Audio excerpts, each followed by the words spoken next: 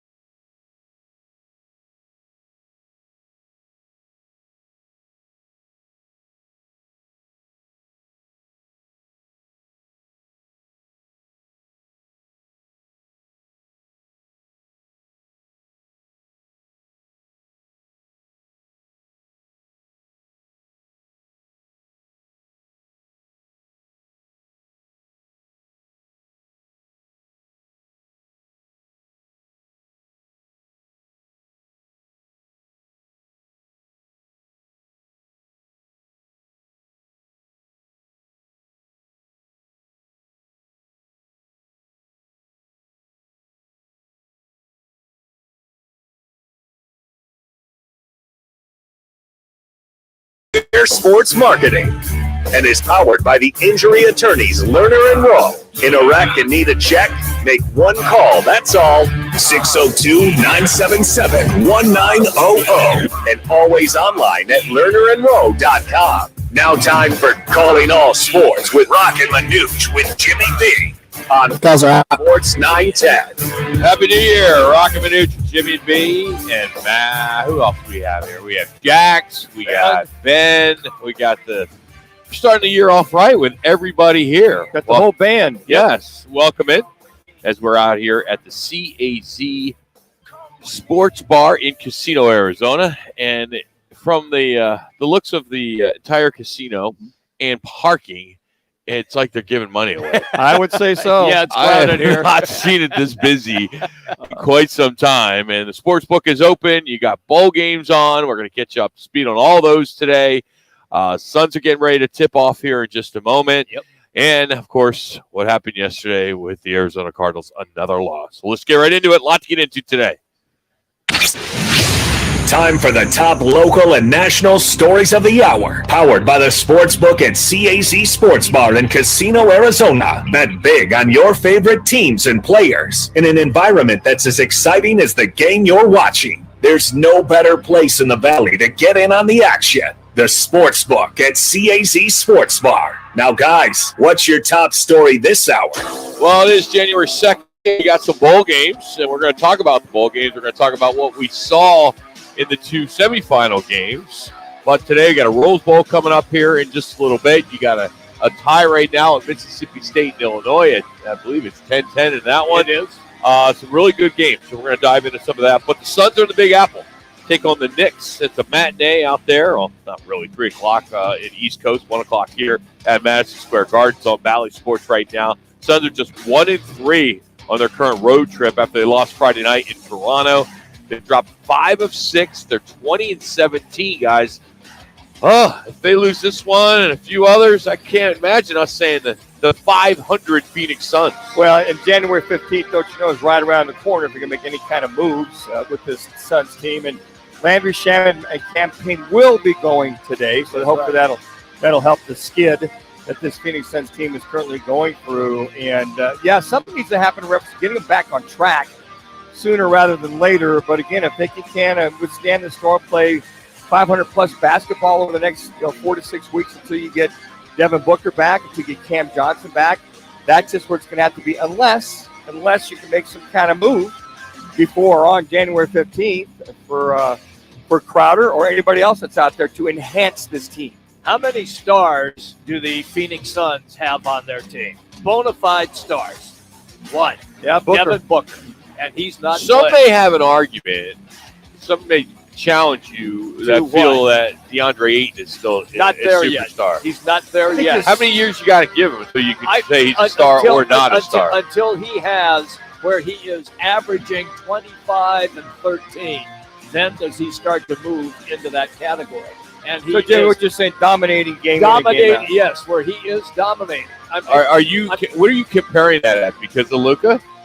I mean, is there any comparisons to say, hey, in the manual, Jimmy, it says, all right, on page 38, if you're a first-round pick, after so many years, you need to average this, you need to pull down this many boards, and then you have arrived. Jimmy, what's the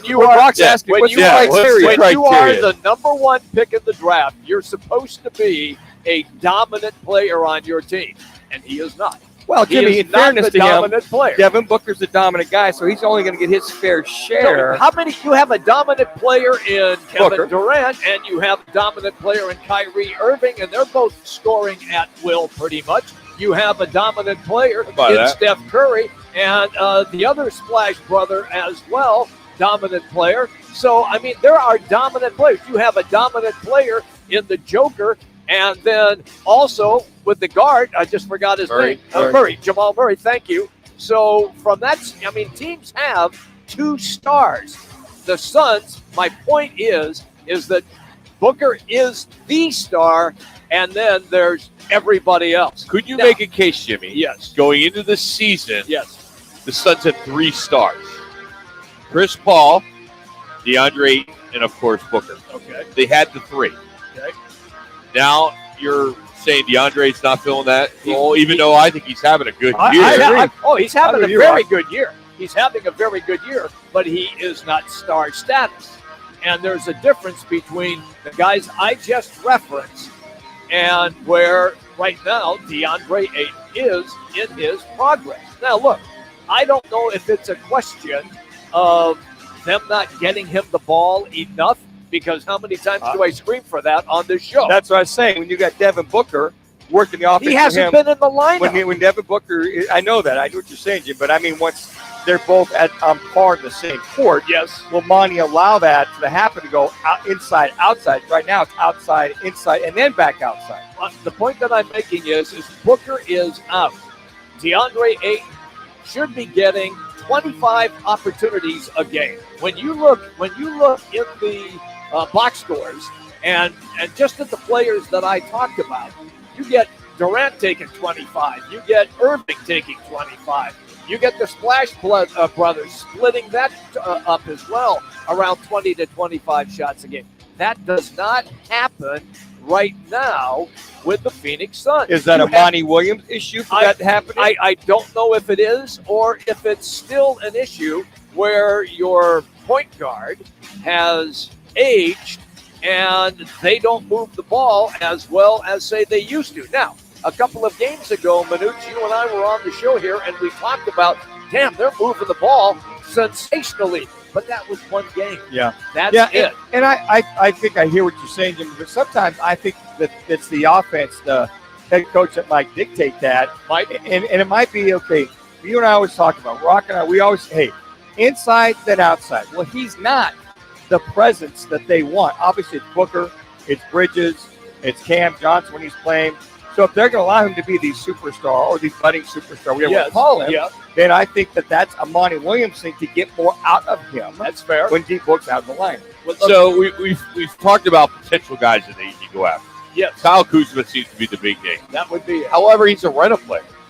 You'll have him for what, 4 months? Yes. Is this team good enough? Is Kyle Kuzma make you a championship caliber team? Because I think the window is closing. I think we'd all agree with that. I agree with that. I can tell you this about Kuzma. If they went and got him, rental player or not, he would definitely improve the Phoenix Suns overnight. And I would take that in a heartbeat. Yes. I would say, okay. He's got his arm up. He's ready to go. Let's go make a run. Go get Kuzma. I don't know if Gordon is the guy that's come and gone. But what do you have to give up for a guy for 4 months? That's the point. That's it. Seriously. Right there. I mean, he's expected to opt out of his contract. Yep. He'll explore options in the free agency market after he's going to get paid. Yes. He knows he's just going to go someplace for a short time. Now, you can say, hey, new ownership, maybe that'll help. Maybe we'll want to play here. Maybe we'll like it here. But there's no guarantees. No, there is no guarantee. Well, you know, Crowder is first and foremost. Just need a power forward pad, and he feels that. Crowder, Kuzma, whatever, you can throw in. I know a couple guys off the bench. I'm not sure, but whatever you can do to enhance this team to hopefully make that run by the time playoff time comes. Everybody, Kuzma can on board, with a Booker, with a Cam Johnson, and a healthy CP3. I think at least you give yourself a good shot to go all the way. You have strengthened the team in a couple of different areas. Kuzma's coming off a triple double from the other night.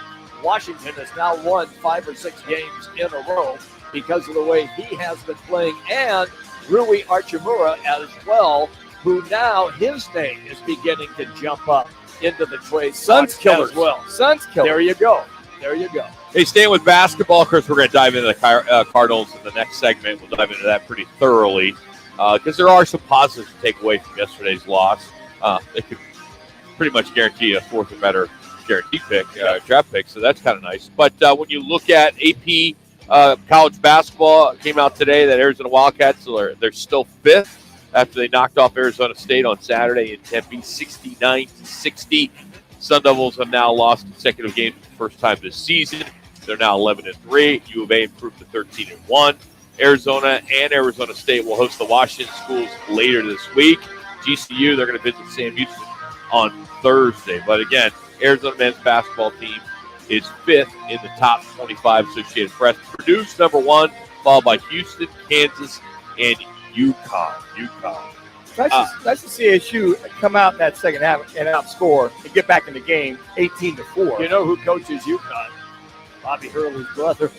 Wouldn't that be nice to see them play each other? That would be fun. Brothers Johnson. Oh man, you can see a throwdown at midcourt between those two guys. Some bowl games going on. 4 major bowl games today, with New Year's falling on Sunday. Typically January 1st would have been these games. So they pushed it back a day. Mississippi State and Illinois. That was the game that got off early today. It's 10-10 in that one. Late in the fourth quarter, I believe, in that one. We also have LSU just blowing out Purdue 35-0. Expected. USC not quite kind of bulldozing Tulane, which maybe I thought they could. The spread was a lot smaller than I would have thought going in, but they're up 28-21 with 11:55 remaining in the third. Rose Bowl, the big one, coming up at 3 o'clock with Penn State and Utah. It should be a really good game. But tonight, even better one in the National Football League. As you got some stars tonight with Buffalo Bills and the Cincinnati Bengals. That's why we're here at the CAZ Sports Bar. We encourage you to come on down, join us for one more night of Monday Night Football for this season. It's the last one. Jackpot's almost $3,800. If it doesn't hit, we'll carry it over to our big game party at both Talking Stick Resort and here at Casino Arizona in the showroom. So we're excited to once again, our 22nd year hosting Monday Night Football at Casino Arizona and hosting the big game on that Super Sunday in February. So we'll have that for you. More on that as we continue on. But coming up, I want to really get into the Cardinals yesterday. As, same stuff, different week. But the right side of it is they secured a guaranteed top 6 selection. Yes, they did. They could guarantee a top 4 selection if they lose against the 49ers this week. And so we're going to talk about that coming up a little bit later. We will catch up with Rudy Carpenter. We also have Frank Sanders on the schedule today. And we will catch up with Craig Fooey and your phone calls as well anytime at 602-260-9191. Happy New Year, Roc, Manuch, Jimmy B, Jax, and Ben. We got you covered as we're working today. Yeah. Where no one else is. Hey, you know what? Everybody's here. And dang skipping. And glad to be working. And did you get a new jacket for Christmas? No, I've had this, Roc. Really? Yeah, I break it out once. I didn't know Reebok was still in business. Yeah, they are. Thanks to Manuch. I still got the old white tennies from yesteryear. I'm sure you do. By the way, we are on YouTube, we are on Twitter, and we are on Facebook, so check it out. And we will dive into the Cardinal talk next. It's Roc and Manuch and Jimmy B. Fox Sports 910.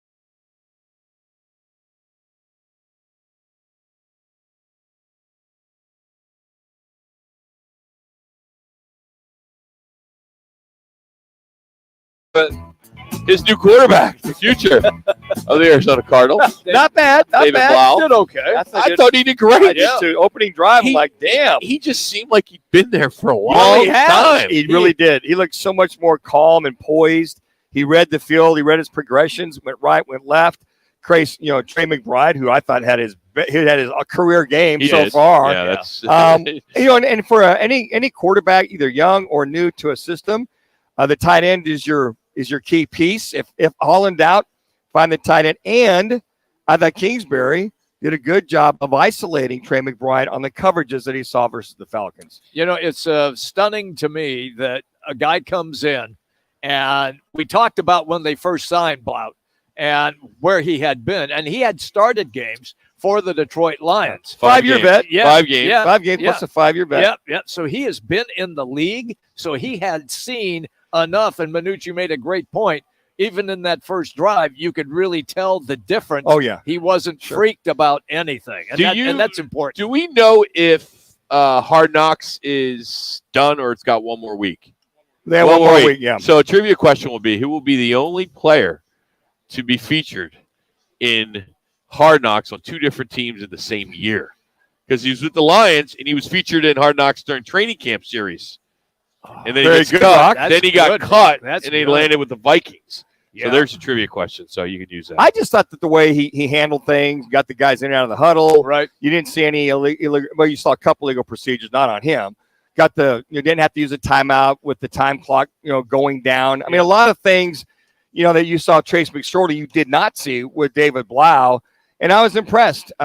He missed the one throw to McBride, which was probably going to be a touchdown. That little post corner, you overthrow him. A couple of bad throws here and there, but overall, I thought the kid did pretty damn good. And when you lose James Conner there at the end of the third quarter, that really hurt this team as far as some of the drives were concerned. Let's here's David Blau after the game. Ben, if you could fire that off, David Blau after the game. I feel like that was somewhat of the theme of the day for us was, so close and so close. And so, get back to work, get back to practice, and try to hit those opportunities next week. And he found Marquise Brown 6 of 9 times for 61 yards. So that was a pretty he contributed, which was good to see. You haven't seen that. He's good timing. He needs to contribute a little bit if he's going to come back next year. You're like, okay, finally.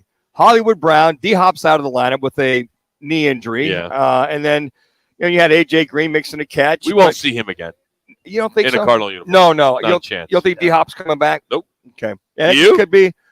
It just depends how content he is with what's going on. Do you really want to come back with a team that just lost 13 games possibly, or 12 now, maybe 13? Yeah, I think it depends. No quarterback, no general manager. Yeah, I think really believes that his twilight of his career, if they make the right moves with coaches, GM, all the above, get the right pieces around him, he might consider. But I agree with you to a point, Rock. He's want to go, look, I've only got 3 or 4 more years. Yeah. Where can I go where I got at least a shot? Play a winner. I'm going all the way. And, that like that opening drive, here they are getting ready to go down and score. They get an illegal procedure call. Mm-hmm. So they get a holding call. So it backs them up 10. Now you're pretty much out of touchdown range, and you're basically got to kick the field goal where they could have made a statement coming out there, David Blau. Hell, they were 1 for 5. Were they 1 for 4, 1 for 5 out of the red zone, getting those field goals. But I thought that would have sent a statement. And what happens? Here comes Atlanta right down the field to trump you and go up 7-3. There you go. J.J. Watt, he got his record sack number of 10.5 against them, which was great. He wanted to get double digits. He did. Of course, we all know he's going to be retiring. Here's what he had to say after the game, knowing he's got one more game left. It's been fun. The guys have been great. Everybody's been great. I've been fortunate to receive a lot of great messages. But at the end of the day, it's a week where we're playing a football game. You don't win. It hurts. So I'm just a little frustrated, obviously. Guys, he didn't look this good last year. I think he's healthy. He's coming out the ball. That's the difference. 10.5 sacks. Who knows? He could still play next year. Oh, easily. If he wanted sure. to, easily. But you got a heart condition. You never know that could pop up at any certain time, or health-wise, we don't know how the shoulder is. I mean, the guy, he's 33, probably going on 55 with his body, the way it is, but he takes. But his play is at a 25-year-old. Well, yeah, exactly. He's just kind of looks refreshed. I mean, he looks like he goes, "I'm giving it all I can." It's like if you're Michael Bidwell and whoever the GM's going to be, would you like to come back for just another year? Yeah. You know, we know you're One 2 years more. up. How about one more because of the value of the locker room, what Zach Allen sees in him, and just the work ethic and how much he can still contribute. That's the whole thing. Okay, who are you going to have replace that kind of push in the pile and that kind of run stoppage that he brings you? Let me drop this on you. He retires and then gets a call from the 49ers about coming into camp like at the end of September. The next Gronk. And he makes that run then. Could happen. Hey, Jamie, it happens all the time, right? It does. I mean, you guys, or he could come in halfway through next year. Yeah. You know, stay in shape. I feel pretty good. Yeah. Somebody calls what's in contention. Hey, Man. a couple linemen go down. You come in there, and whether it's a 4-3 or 3-4 front. Yeah. Very, very viable. Mississippi State just kicked a field goal. Looks as though they're going to win this one 13-10, only 4 seconds remaining. You know, that's great with what happened with Mike Leach and the helmets and were everything. killer. What Yeah, a good job they did. You see, So go ahead. I was just going to say they lined up again and did a air raid formation for Leach, and then the other team Decline the penalty. That's right. Yeah. So if the Cardinals fall this week to the 49ers, it'll be 7 straight losses, their 13th loss on the season, which will tie a franchise record, but will guarantee them the 4th overall pick in the draft. I'm all for it. I kind of looked at back the last time they lost 13 games. That was in 2000 when they had Vince Tobin. He got fired, then they brought in McGinnis. And then 2018 when Steve Wilkes was here, 3-13. And the next year they would go 5-10-1. I just wonder if this organization has been set back now for another few years. Because if you look at their history, and after losing 13 games, they won 5, then they won 7, then they won 5, then they won 4. I mean, it took them almost 8 years to get back into winning, and they get to the Super Bowl at 9-7. And it's hard to believe that this team was 11-6 last year. Mm-hmm. It's very hard to believe that. But I got to tell you, Sean Payton, it's interesting what you hear at the watering hole. Mm-hmm. I was told by someone whose kids work at Paradise Valley Country Club. All right? Okay. Outside service guys. Sure. And I believe Michael Bidwell is a member there. Okay. And all over the weekend, the entire staff there, at least outside service people, for the most part. Again, I'm hearing this from somebody's dad whose kid works there. All right? So you take it for whatever it's worth. Done deal, Sean Payton to the Arizona Cardinals. Done deal. Why wouldn't it be? Why wouldn't it be? Well, because there's Denver. Well, I got you. Who has Walmart. Yeah, that's true. I got you. And, if you look at what the Oakland Raiders had to do with John Gruden in Tampa Bay, if you remember, the Oakland Raiders got 2 first-round picks, 2 second-round picks, and $8 million from the Bucs on the trade for John Gruden. Mm-hmm. And you can go back with New England with Bill Belichick, hired the Patriots in 2000, and Bill Parcells left there. Yep. First-round pick. It could be tomorrow's State 48 Roofing Gets Your Call question of the day. Would you give up the 4th overall pick of the NFL draft this year in Kansas City for Sean Payton? Absolutely. In a heartbeat. That's dumb. I would do it. So stupid. I would do it. That's a dumbest thing. Sean Payton knows how to build a team. He knows how to coach a team. He knows how to get your quarterback to play. He doesn't play. I know he doesn't play. What if you get a bust? And we're seeing lots of busts in the first round. Yeah, okay. So he works. But what if he's the bust is what I'm saying. Sean Payton, let me tell you something. With what he did at New Orleans, to have them consistently with the NFC South year in and year out, go to one Super Bowl, get screwed out of another Super Bowl with a bad call, I would say, okay, here's your pick because I got my second, third, and I can also do some trades to go ahead and get a first rounder. I could do a lot. I think you get a guy that understands what it takes. What are you going to get, a first rounder? Yeah, he knows exactly what it takes. It's going to take 2 first rounders, 2 second rounders, probably your 3rd or 4th, and cash. I wouldn't do the 2 first rounders. You said first rounder. Yeah, well, let's look what the Raiders did. You only could go by what history has dictated. That was 2 first round, 2 second. If you could look at with Bill Parcells and Belichick, that was a first, a second, and a 3rd round pick. Well, you're saying trade for Sean Payton. Is that as if Denver picks him up? Denver signs him? What are you talking about here? New Orleans owns the rights. Gotcha. You got to give those picks to New Orleans. Yes. I got you. They got his rights for the next year. I would do a first and a second, and that's about the limit I would give it. Because it's Sean Payton understands. I understand that. So, but you have an organization that you need all the help you can with draft picks. I get and it. You're going to start trading away for somebody that's going to be in the sideline wearing a visor. Okay, look at the draft picks this organization has had that have been bust. The first, second, third round. Okay, but that general manager is no longer here. Okay, I get it. So if you get another guy, but then you better change out a coach if you can. That can, if it's not Sean Payton, that understands how to get there. If it goes anywhere, it's going to go. He's going to go to Denver. Denver's can, or they have more money. Or depending how far the Cowboys go in the playoffs, it could be the Dallas Cowboys too. They fire McCartney and they hire him. Same with the Chargers, right? That's another team. No, I would. Number one, if I'm Sean Payton, I'm going to watch before any decision. I'm going to watch the Dallas Cowboys situation, and if they don't make it past the first round, let's say they don't even make the Super Bowl. Jerry Jones might be saying in his own mind, Super Bowl or bust. If I don't get there, I'm going to say, you know what, Mike, it's enough's enough. We got the talent. I'm going to go get a guy that's going to go be able to get us there, knows how to get us there, and move forward. I just can't imagine you're going to give up your future. That's just crazy. I know it's a stretch. It's a huge stretch. But you can go win with veterans, free agents that can plug those holes. Yes, you really? Can. Yeah, you How does that work for this team in years past with free agencies? Hey, not so much this team, but for other teams, it's worked.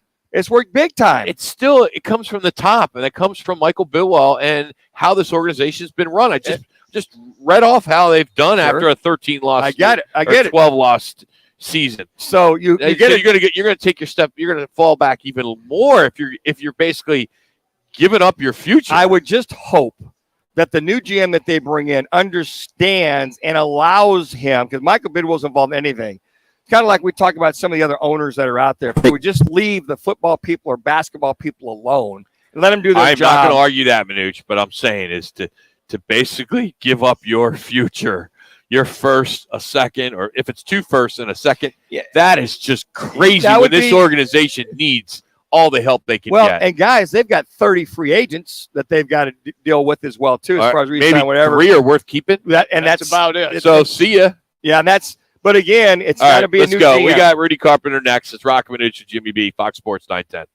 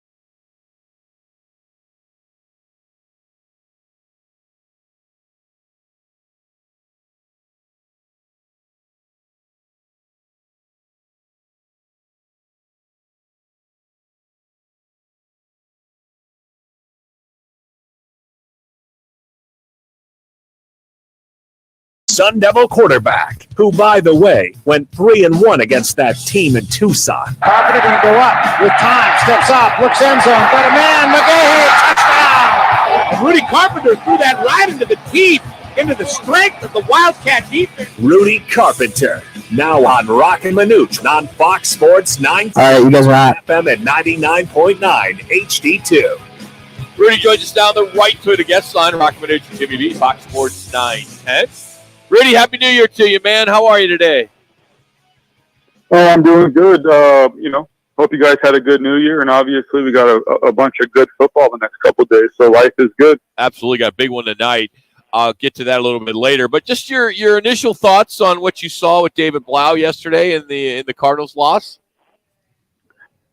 Well, considering the fact he's only been here for a few weeks, and I know how tough that is to travel around and learn new offenses. I mean, I thought he played, pretty good. I think he was a little over 50%, something like 24 for 40. I think he had almost 230 yards, a touchdown, and no interception. So, to me, that's a pretty good day. It's similar numbers to what, Kyler Murray would do. So to me, I thought he played pretty well, and I think he deserves the chance to start next week. You think he'll be the odds-on guy to compete with Colt McCoy next year for the backup role there, Rudy? Well, I think that's an interesting question. I mean, when he played in Detroit and got chances to play, I thought he played pretty well. I think he even played with the Houston Texans for a minute. I forget it, but he's a guy that when he's given the chance, he's played well, and he's done better than Trace McSorley. So I think that's sorted itself out. Now I think, depending on what happens with Kyler Murray and his health and what you're going to do with Colt McCoy, obviously David Blau is probably a good guy to bring back. He's not a vested veteran. He's cheap. If you keep him on the active roster, he's a week-to-week guy. If you cut him, you can probably put him on practice squad. So, he has a lot of roster versatility, which probably means he'll be back next year. It sounds like, and I feel the same way. I'd be comfortable with him coming back and Colt and him backing up until Kyler is ready to play. Would you say that? Yeah, that's probably a true statement. I think that in watching him yesterday, I felt, Rudy, just the comfort, the progressions, the reads that we really didn't see from a McSorley. And, if it's not for a holding call there on that opening drive, which I was very impressed with, come out there, hit a couple third down shots outside and inside to Trey McBride, they might have gone down and scored on his opening drive. Well, yeah, but this is what this offense is designed to do. It's a pick and pop offense that's designed to work around timing and anticipation and accuracy and decision making. And when you get a guy who understands that, you get guys like David Blau, you get guys like Colt McCoy when he's operating. These guys that understand, how to, let it go when they understand what the coverages and the route concept is. Pick a guy and let it fly, right? And they have the accuracy to be able to do so. To me, it's what Kyler Murray has struggled with. Look, Kyler Murray's ceiling for potential is very high. His athleticism is unmatched. I still think that there was a reason why they put that clause in his contract without the study clause. And then you go and watch other guys come in and you watch, how they process information and how they make decisions, and sometimes how this offense's passing game clicks better with them playing quarterback. You have to ask, why is that? And to me, it's just because they understand how to process information and throw the ball to who it's designed to go to, depending on what the route concept is and what the coverage is. Rudy Carpenter is our guest on the Right Toyota guest line. Roc and Manuch with Jimmy B, Fox Sports 910. Trey McBride had a career day. Look, I know it's against the Atlanta Falcons. It was two bad teams playing against each other. But were you happy to see the rookie tight end finally look like the number 2 pick for I should say second round pick in the draft for the Cardinals? Well, of course, anytime you get a young player going, it's good, especially at the end of the year, because it gives him momentum going into the offseason and going into, obviously the start of training camp next year. With that being said, to defend Trey McBride, sometimes when you're a tight end, it's just really about opportunity. Number one, being on the field. Number two, being targeted. He's had some opportunities early, but it's not like he's had a ton. So, I think just being given some opportunities to be targeted is what led to yesterday's outburst. So, hopefully he can continue that going into the end of next week. Rudy, as you look at the National Football League now through 17 weeks, and you kind of looking at all the teams, and it's coming down to playoffs, guys that have clinched, guys that haven't. Of course, a lot of things need to happen over the next week or so. But which team scares you the most here entering playoff time? Well, I think there's a lot of teams that are playing really good football, right? But I think if you're an NFL team, you don't want to play Tom Brady, regardless of what their record is, and you definitely don't want to play Aaron Rodgers, regardless of what their record is. And to me, it's just interesting that here Aaron Rodgers is going, at the end of another season where he controls their own destiny, or he does, and it's going to be probably another situation where we find the Packers in the playoffs, and next thing we know, it's the same old same in the NFC Championship game, right? So to me, I wouldn't want to play either two of those, those two guys. And does Jalen Hurts have to be able to play for Philly to run the gamut? Well, it sure looks like it, right? I mean, there were a lot of people like myself who I think Jalen Hurts has played incredible since being the starter. And if you ask me why I was a hater on Jalen or why I'm negative on Jalen, I don't even have a good answer for why I'm like that. But the fact is, he keeps playing well. He keeps proving people like me wrong. And then, obviously when Gardner Minshew comes in, you got people like me who will think this team will still play well behind a good run game and a good defense, and they don't.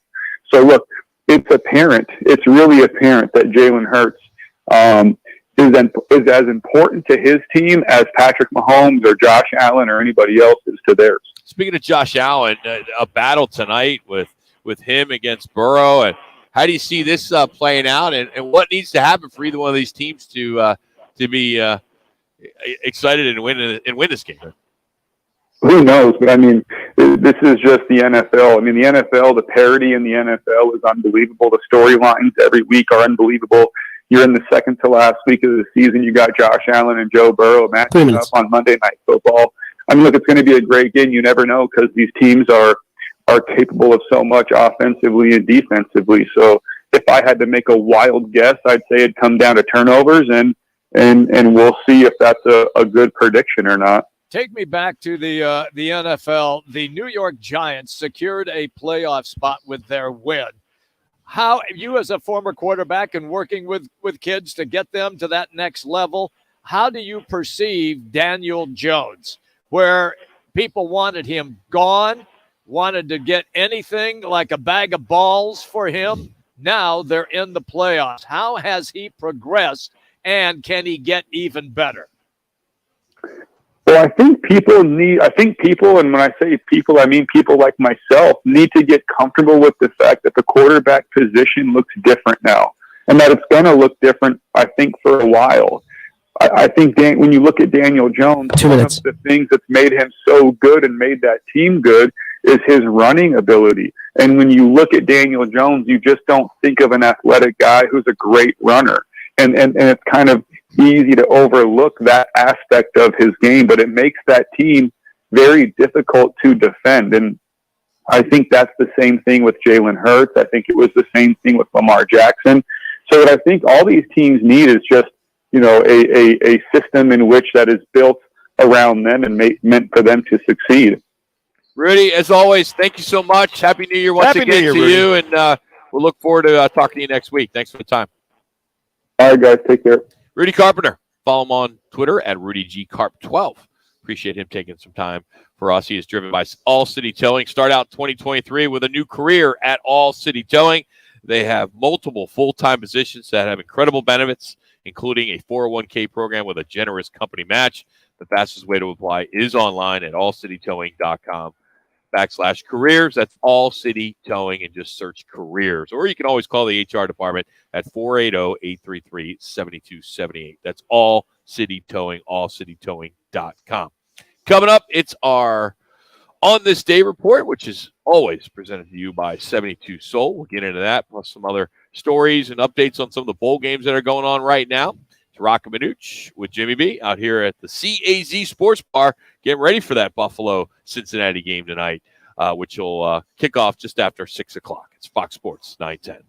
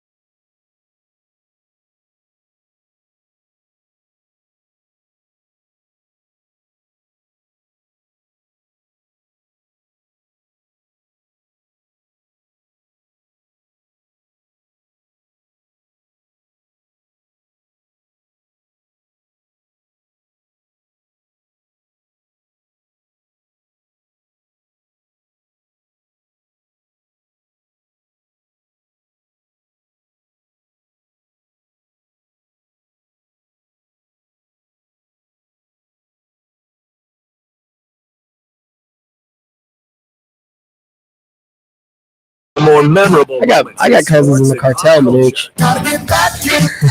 Time for your 72 sold on this day report. Get our price, a higher price at 72sold.com. I'm going to take you back a little bit. 1965 to get us started. The Jets signed this quarterback out of Alabama. His name is Joe Namath.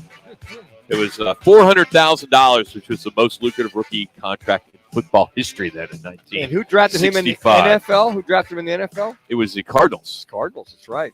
Yeah, they came up with about $300,000 less than what the Jets offered. Yeah, and you think they're going to give up 2 first-round picks, 2 second-round picks, and $10 million to get Sean Payton? Yeah, that's a pretty good start. That's a pretty damn good start. Absolutely. Get Harbaugh. This is pretty cool. 1980, Gordie Howe. He was 51 years old, became the first NHL player to play in 5 decades when he took the ice for the Hartford Whalers in a 3-3 tie against the Edmonton Oilers. Oh, I missed the whale. Man.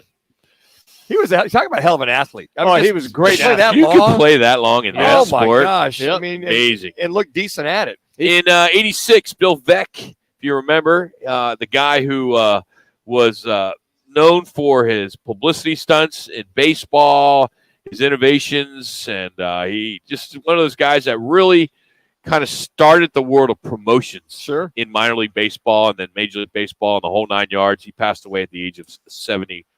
Destroy your records on disco night. That was one of them. And then remember the uniforms with the shorts? With the shorts. I mean, that was cool, though. That was pretty cool.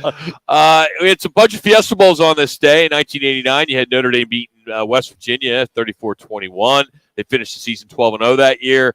Number 1, Nebraska. This was probably one of my favorite games, second favorite game to Boise State OU. In 1996, I remember being on the field and watching this one as Nebraska just dominated Florida. Is that Tommy destroyed Fraser? Him. Tommy Fraser, absolutely. He just scored again. 62-24, and that made them the first repeat champions in 16 years. Super Bowl. Fiesta Bowl 35, that was 2006. Ohio State beat Notre Dame by 14 in that one. The Sugar Bowl, the 75th Sugar Bowl in 2009. Utah finished 13-0 with a convincing win over then number 4 Alabama 31-17, and Utah became the first team from a non-BCS conference to win 2 BCS bowls. And then finally 2012, the 41st Fiesta Bowl, Oklahoma State beat Stanford in overtime 41-38. The big story today is our fantasy football is coming down to the wire. How you doing there, Rock? I'm in the finals. I'm in the Super Bowl against the home wreckers, which is Kevin Rowe. And right now I'm up 88-75. Ooh. Okay. We both have 2 wide receivers going tonight. Both play for Cincinnati. I have Chase, and he has Higgins. Wow. Oh, man. Coming down to the big screen TV as our prize tonight. So Kevin's pretty excited about it. So I got him on yesterday. I got him yesterday. I sent him a little text. I said, "Dude, I'm so sorry to hear that Purdy's out today. He's got COVID."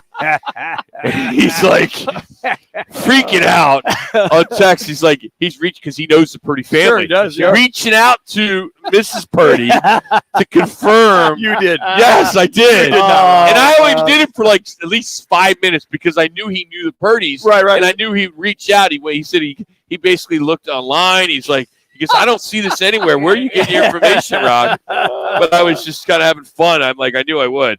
Because he goes, I said, what did I say to him? I said, you know, hey, he was coming down to, you know, the finals and all that kind of stuff. And then I said, can't believe Brock has COVID. I go, that sucks. Oh, my God. And he goes, WTF, seriously, I didn't hear that. And then he's like, gotcha. And then he called me a bad name. He goes, I was looking everywhere. I was going to text his mom. He went to high school with his mom, Carrie. I know. And so, as a matter of fact, it's so interesting when you lay that out there like that. It's kind of like, okay, wait a second. You know, that might have made like everywhere in the world. And Kevin might have been just, you know, sound asleep. Who knows at the switch or something like that. No, it's just if you're not watching the games, you know, 24/7, right. You know, he's got a family. You know, I don't expect him. You know, he's a church. You know, I don't expect him to know exactly everything that's going on, other than hey, be ready because we're in the finals. Rock may have created January Fool's Day, January 1st versus April Fool's Day, the 1st. So, but I did get him. But Dude, he called me a pretty nasty word. Oh, boy. But then I'm like, I gotcha. He could have checked with me. I was right there getting ready for the game. He could have checked with me. I bet you were. But anyway, because Purdy's his starting quarterback, I failed to bring that up. That's it, right? That was because he was like, oh, no, who's going to be my quarterback? But anyway, so that's on today. That's this day, powered by 72 Sold, America's leading home selling program. Home sellers, you need 72 Sold more than ever. They have a solution for today's home seller market. There's no better way to sell your home than 72 Sold. Start 2023 on the right foot.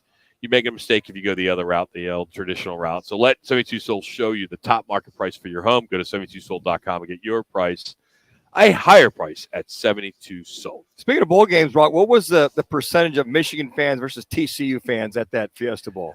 Michigan was louder. Were they okay? Yeah, was it louder. 60-40 or was it about 50-50? Because you could the purple and the yellow. It really depends on where you sat. I was in the Cabana Suite, so excuse that. I could only see a portion. Yeah, but I could only go by the sound. Yes, and in the pregame parties, I would say Michigan. Jax, you were there. Would you agree? It was probably Michigan. Yeah, I would say maybe 51-49 though. Yeah, I feel like it was really close. It was close. Really close. Yeah. I just think the Michigan fans were a little louder early on, and then Tennessee, of course. I mean, Texas, TCU. But again, another Fiesta Bowl, which was tremendous. We're going to get into that. A lot of controversy too that we'll dive into in the second hour. Not to mention the controversy with Ohio State and Georgia. I was pretty excited because if Michigan won, then I was booking my flight to SoFi.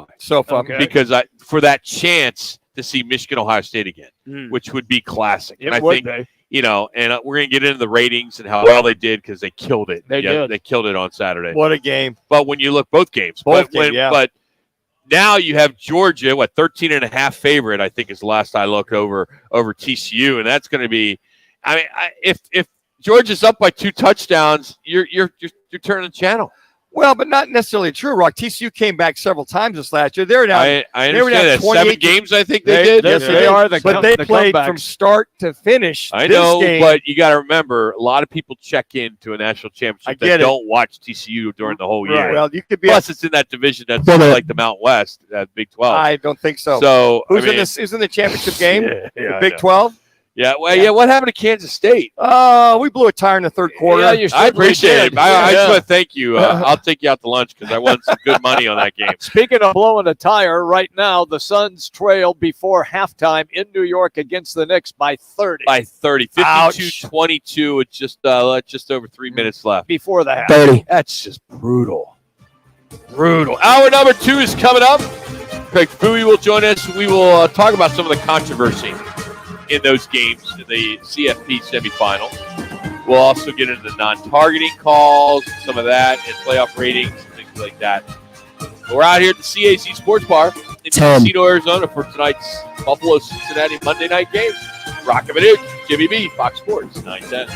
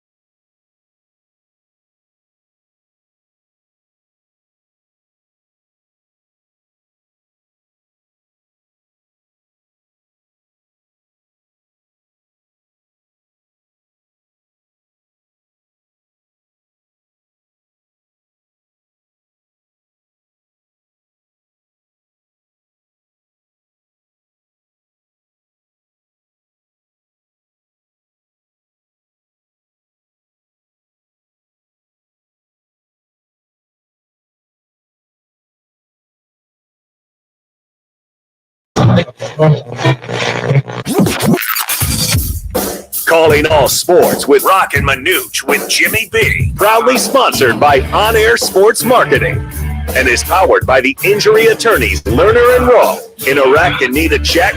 Make one call, that's all. 602-977-1900 and always online at lernerandrowe.com. Now time for Calling All Sports with Roc and Manuch with Jimmy B. Guys, we're hot. On Fox Sports 910. Suns are getting blown out in New York. 18 seconds remaining in the first half. They're down 54-31 as this Suns team has been struggling. 1-3 on this current road trip after they lost Friday night. They've dropped 5 of 6. They're 20-17. And you catch that game on Valley Sports as it tipped off at about 1 o'clock. Welcome in, Roc and Manuch with Jimmy B out here at Casino, Arizona in the CAZ Sports Bar for tonight's Buffalo-Cincinnati Monday night game, the last one of the year. Our jackpot is just about $3,800. It's a progressive jackpot that we add $25 to it after every kickoff. We also got squares tonight. We got propositions. We got Manuch in his Buffalo Bills number 11 jersey. That's right. Double aces. Double aces be going strong tonight. Still fits the man. That's right. From that those replacement games. Scab games in 1987. It was a scab. Whatever you want to call them. Oh, really, Manuch? I was there. Because I recall in the last 18 years of you and I doing this show that you get quite offended when I say you were a scab player. Well, now that I'm collecting a pension because of those replacement games, I'm glad to say that third year was created that way. Because when did it all go into in your favor to start getting a pension? Because I didn't think you got. I thought you had to play 3 years. It was you had to technically play. It was 3 years and 4 games. Yeah, 3 years and 4 games. Okay. Now during the new CBA, the players made it 2 years and 3 games. Okay. So they also counted the replacement games as an actual year. Wow. Versus there's what? 5 games, 6 games? There was 3 games. We had 3 games. Okay. There was 3 games. Talk about just getting under the timeline. You did. So really? Yeah, it was. So how long you been collecting a pension? Just over a year and a half now. It's just sweet. Yeah, back in. We got to talk to the suits. Cut his pay. We got to cut his pay on the show. I got to talk about a gift that God sent because I felt at 3 years of 4 games. I did not know that. That explains everything. Why so. I always get a Christmas gift from Manuch, a birthday gift, and it used to be like a $25 card. Yeah. Now it's like $100. That's right. It's like it's like thank you, National Football League, because it has benefited me big time. Because now the gift card I get every year for Total Wine, I mean, I'm stocking. You know, I got now they're starting to add up. I can go in there and buy some handles, some cigars, handles. Exactly. So you know what a handle is, Manuch? That's like a big drink. It's not an axe handle. No. I mean, it's like the handle. Let him do it, Jimmy. No, I want him to. I want to see if he can. It's like a bourbon or whiskey or scotch. Goes in a big bottle. Yeah, exactly. All right, right. good job, Manuch. There you go. Come on, man. I've been born at night, but not last night. There you go. Fair enough. So Keanu Reeves in the movie The Replacement was actually playing you. Exactly right. There you go. That's right, man. With guys that had never played Division I football, but maybe one guy was a receiver. And other guys that pretty much, but just goes to show you, if you hang around against New York Giants with Lawrence Taylor yelling all kinds of stuff at you from across the line of scrimmage, you hang and you take him down to a 3-3 tie. You go into overtime, you beat him 6-3. We were 1 out of 3 in the replacement game. Thank you very much, Jim Kelly, at all. All right, some scores for you today. Of course, a lot of college football going on. USC is running away right now over Tulane, 42-30 at 12 minutes left in that one. LSU is absolutely destroying Purdue. No surprise there, except I was a dumbass taking the 13-plus points. Golly. 49-7 right now with 11:45 in the fourth. Mississippi State, big one here, as Illinois was leading at the half 7-3, and then they were up 10-3, and then they just lost 19-10. 19-10 was 13-10 with 4 seconds remaining, and then what happened is that the Illinois tried to do the pass and then lateral all over the field. One of the laterals is intercepted and a lineman takes it all the way in for Mississippi State for the score, and the game ends 19-10. The divine intervention from one Mike Leach. There you go. High above. The Pirate. The Pirates looking down. That's right. Coming up in just less than an hour, the Rose Bowl, Utah and Penn State. Utah is the home team in that one. That should be a really good game. I mean, I think that's going to. I love Utah. I am leaning on Utah. I bet Utah as well, but you never know these bowl games, man. Prototypical Penn State Utah slobber knocking kind of game. Then they can score, but they both slow the game down. I think this is going to be points on the board because both teams, as you just referenced, can score. And I have this feeling that with the games that we saw yesterday, or I should say Saturday, and everybody said, well, they have defenses. The defenses were just overpowered by the offenses. I think that's going to happen in the Rose Bowl. We saw some flag football games this last weekend. We saw some incredible But it was fun to see the flag football. Yeah, come on. There was targeting going on. Well, there was all kinds of stuff, which we'll get into in about 7 minutes. The guys were wide open. There was spreading the field, north, south, east, west. It was the turf monster. What the heck, man? Are you kidding me? Yeah. Guys going in for the touchdown and trips. And did they get over there and put some pesticide on that bad boy to kill what was We're over gonna play there? that. We're going to play that a little bit later. The turf monster. The turf monster. Stop him. The NFL announced Week 18. It's a doubleheader on Saturday. They're going to flex 2 games Saturday. Chiefs will visit the Raiders in the opener of the doubleheader. They're still gunning for that top seed in the AFC. And then in the nightcap, it'll be Titans and Jags. They'll clash in Jacksonville. Well, people were saying, well, why aren't you giving us that game? Because the winner of that game wins that division. That's right. That's it. It's a one-game playoff for those teams. It's crazy. And to see what Tampa Bay did and what Tom Brady had played his best game of the season. He did. Just played tremendous. They were just kind of now they win their division. Yeah. But I'm anxious to see who they're going to open up. They could get like the Dallas Cowboys, but I don't think anybody wants to play them. And as Rudy Carpenter mentioned in the last hour, it's what Tom Brady's doing right now. Not to mention Aaron Rodgers and these Packers, as the goats, the quarterback goats are playing well when they need to. Look how far the Packers have come to have a chance to get to the playoffs if they beat Detroit. That's all I can do is beat Detroit in Green Bay. That's it. And they're in. Yep. And who happens to be hot at this time of year? That would be the Green Bay Packers. And again, playing Aaron Rodgers. And then all of a sudden, here comes Tampa Bay. Okay, we're done messing around. Everybody's healthy. Let's start to air it out.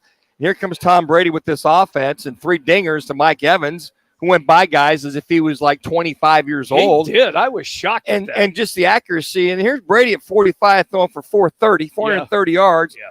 And just laying it out all over the place. But you know what? He was getting pass protection, guys. That makes a Linemen difference. are getting healthy. So let me ask you, speaking about healthy, next week's game with the Bucs, they got the Falcons. Falcons, no impact on this game of playoff at all. No. But Todd Bowles is going to play Tom Brady. He's going to play all his starters. Yeah. Why? Well, because he wants him to stay on track, stay on par, in focus. It's Tom Brady. I know that, but one hit, one.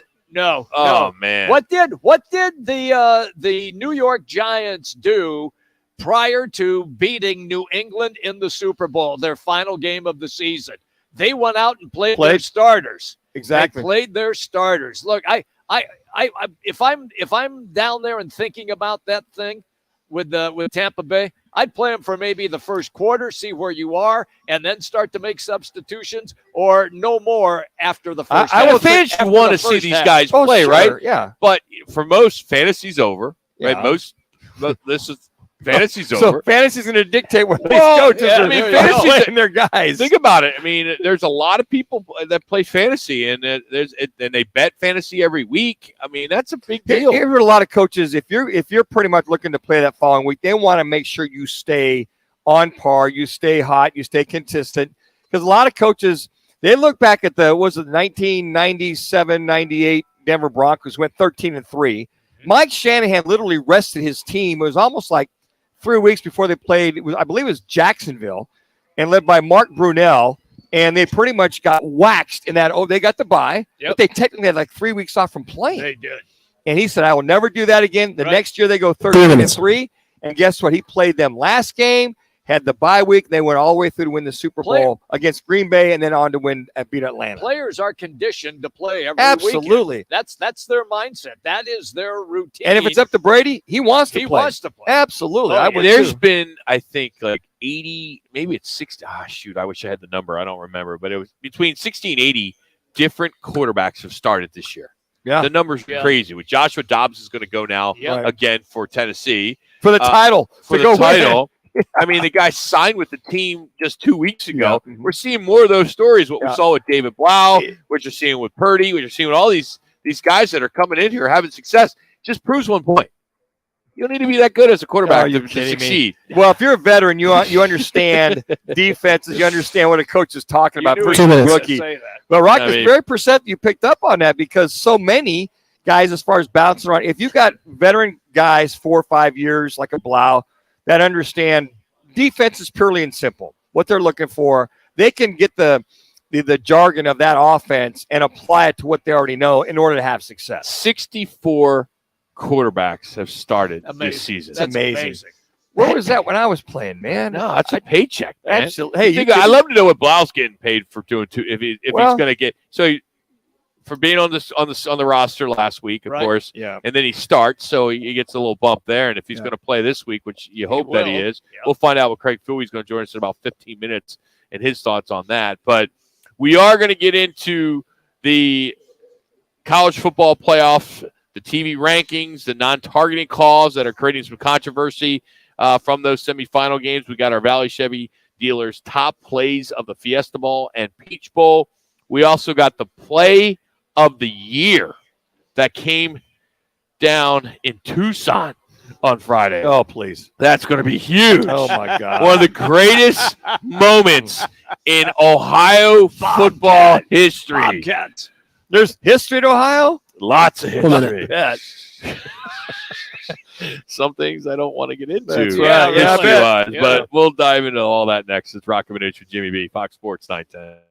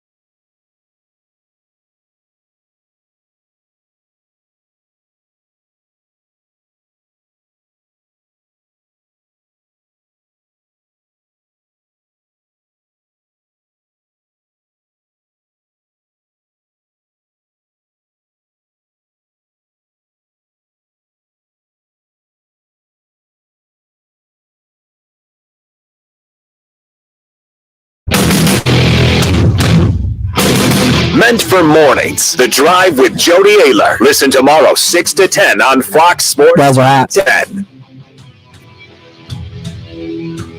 Fired off there, Ben.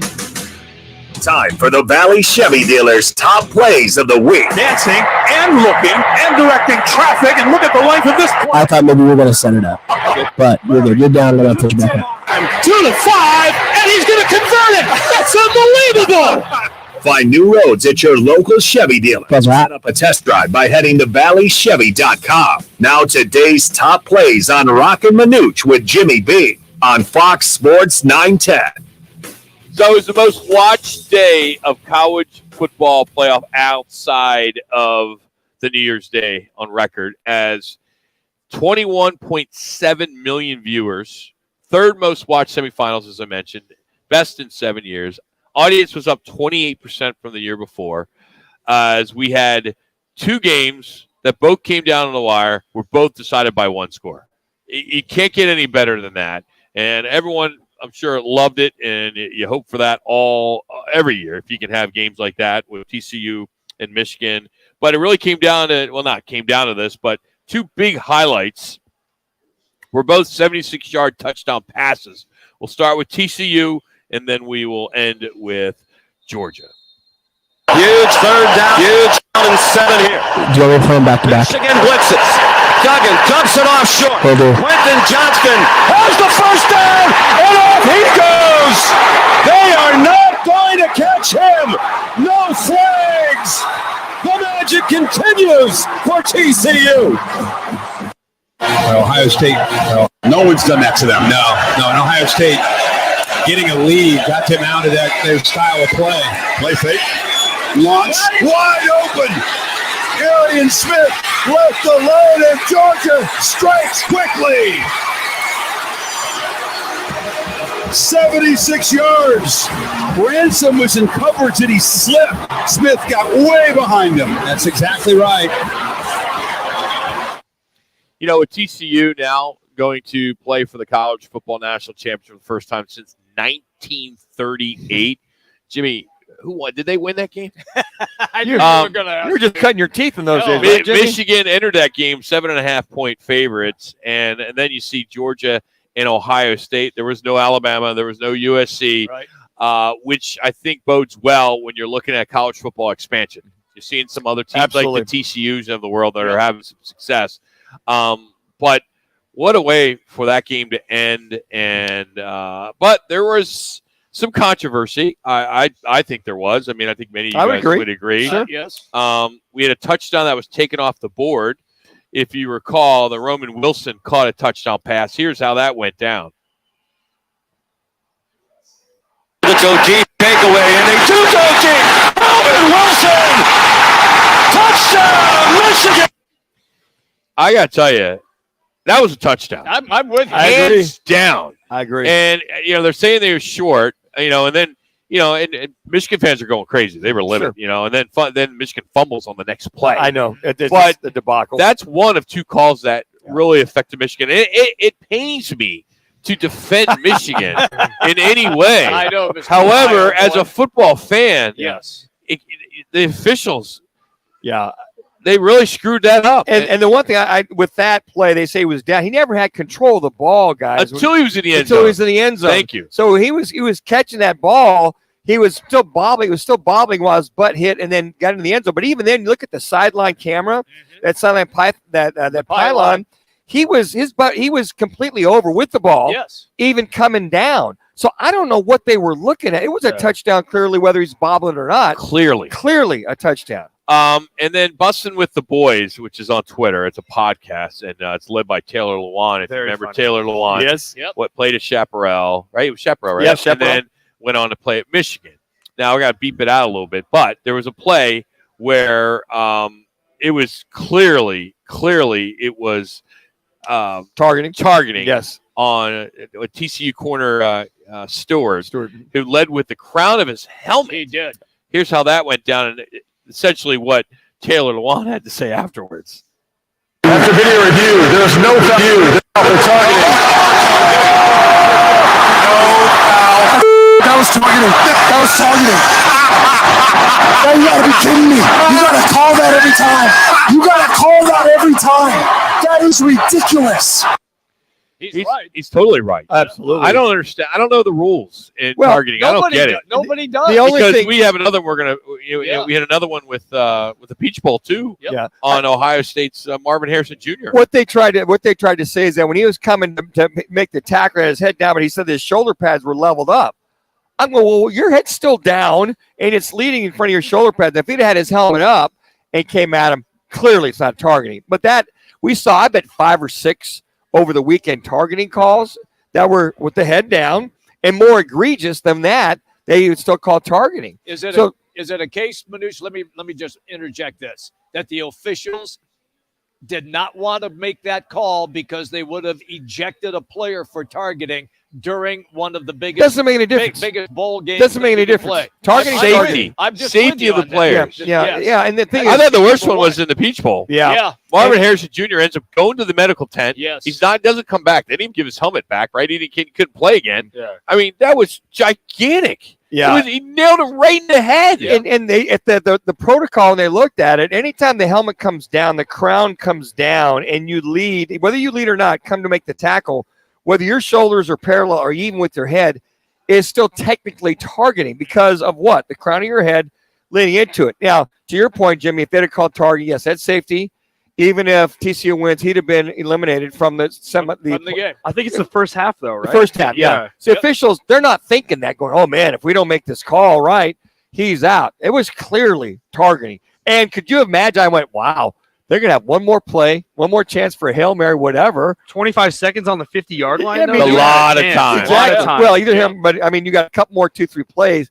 But I got to tell you what, some very bad officiating in reference to the inconsistency we saw during the regular season in these title games. And how bad for Noel Ruggles. I mean, the kid gets up there. He's got an opportunity of a game-winning field goal. You may not remember, but he actually had the game-winning kick in the Rose Bowl last year and won it for Ohio State. We have 2 calls. You're going to hear the ESPN call, the one we all saw on television, and then the Georgia radio call. So here's the ESPN call. From 50 for the win in 3 minutes. In the national championship game. It's on the way. No good. He hooked it. And Georgia is going to survive.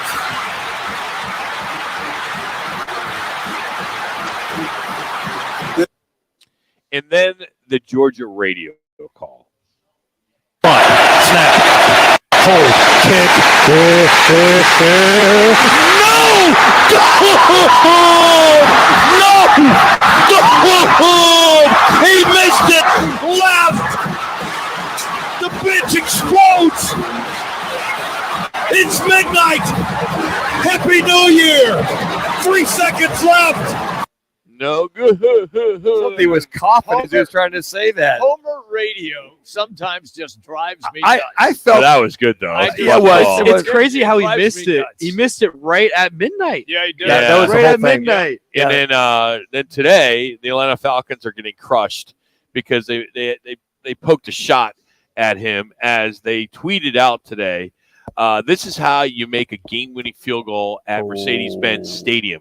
And it was obviously the video of the Falcons winning over the Cardinals. So that was not good. I felt watching that game that they needed. I felt more comfortable with at least 5 to 10 yards to make it a little bit 40 to 45 yards, because you could tell the kid has a strong leg. He was loading up though. He was loading up that leg. He did. He tried to overkick it. Yep. Kid's a hell of a kicker. He's a hell of a kicker there a year ago and from Carolina.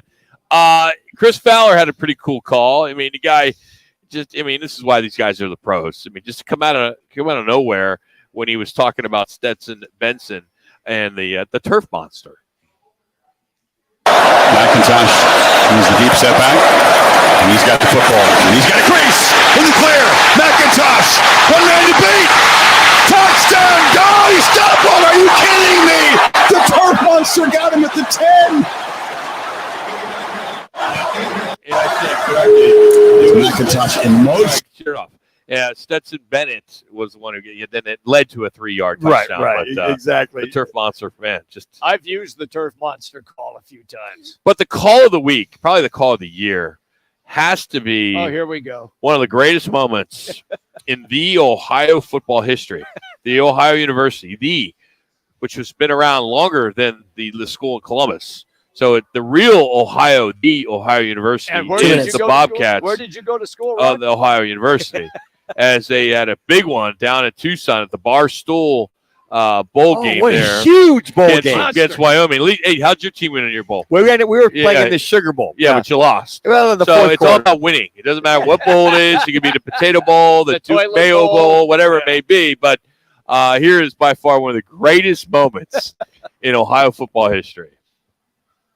3rd and 8 at the 10. At the 10. Harris, number 10, takes a snap. Pump fake, pulls it down, throws left, back in the end zone, and the ball is gone.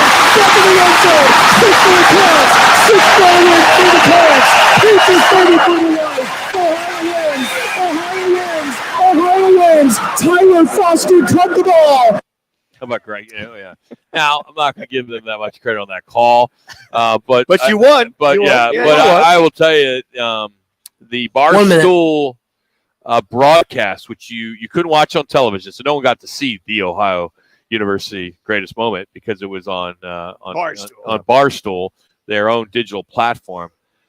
It was terrible, absolute. I wanted to tweet Barstool and just say this is terrible. The video was good, but the commentators, which was Big Cat and Dave, what's his last name? Portnoy. Yeah, the pizza guy, and literally it was just brutal. They had a play-by-play guy that was really good, but he never talked. So it was just, and I have high speed and it's buffering, and it was just. So that's a shame. I mean, I know they're trying to take it to the next level digital-wise, but I get it. Sometimes you just got to stick to a regular television broadcast. It's a disservice for your Bobcats, Rock. I mean, and Wyoming. Wyoming. Just as a service to Tucson, too. And where no one can't watch the game. I remember when the bowl games Bars first didn't have it on.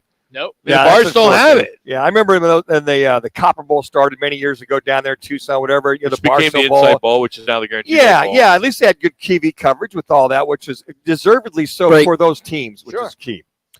We're going to catch up Craig Fooey next from ABC 15 for Fact or Fooey. It's Roc and Manuch with Jimmy B live from the CAZ Sports Bar in Casino, Arizona.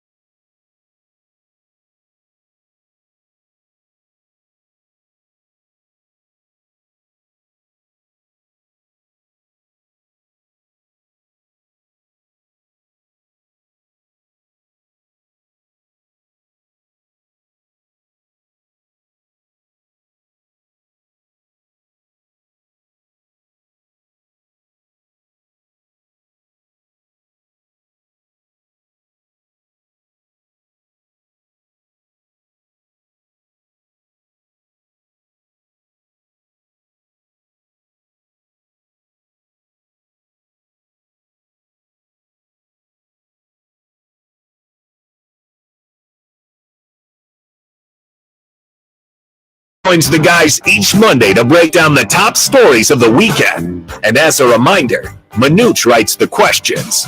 Now here's ABC 15's Craig Fouey. Happy New Year, Mr. Fouey. Hey, buddy. Happy New Year, Coach.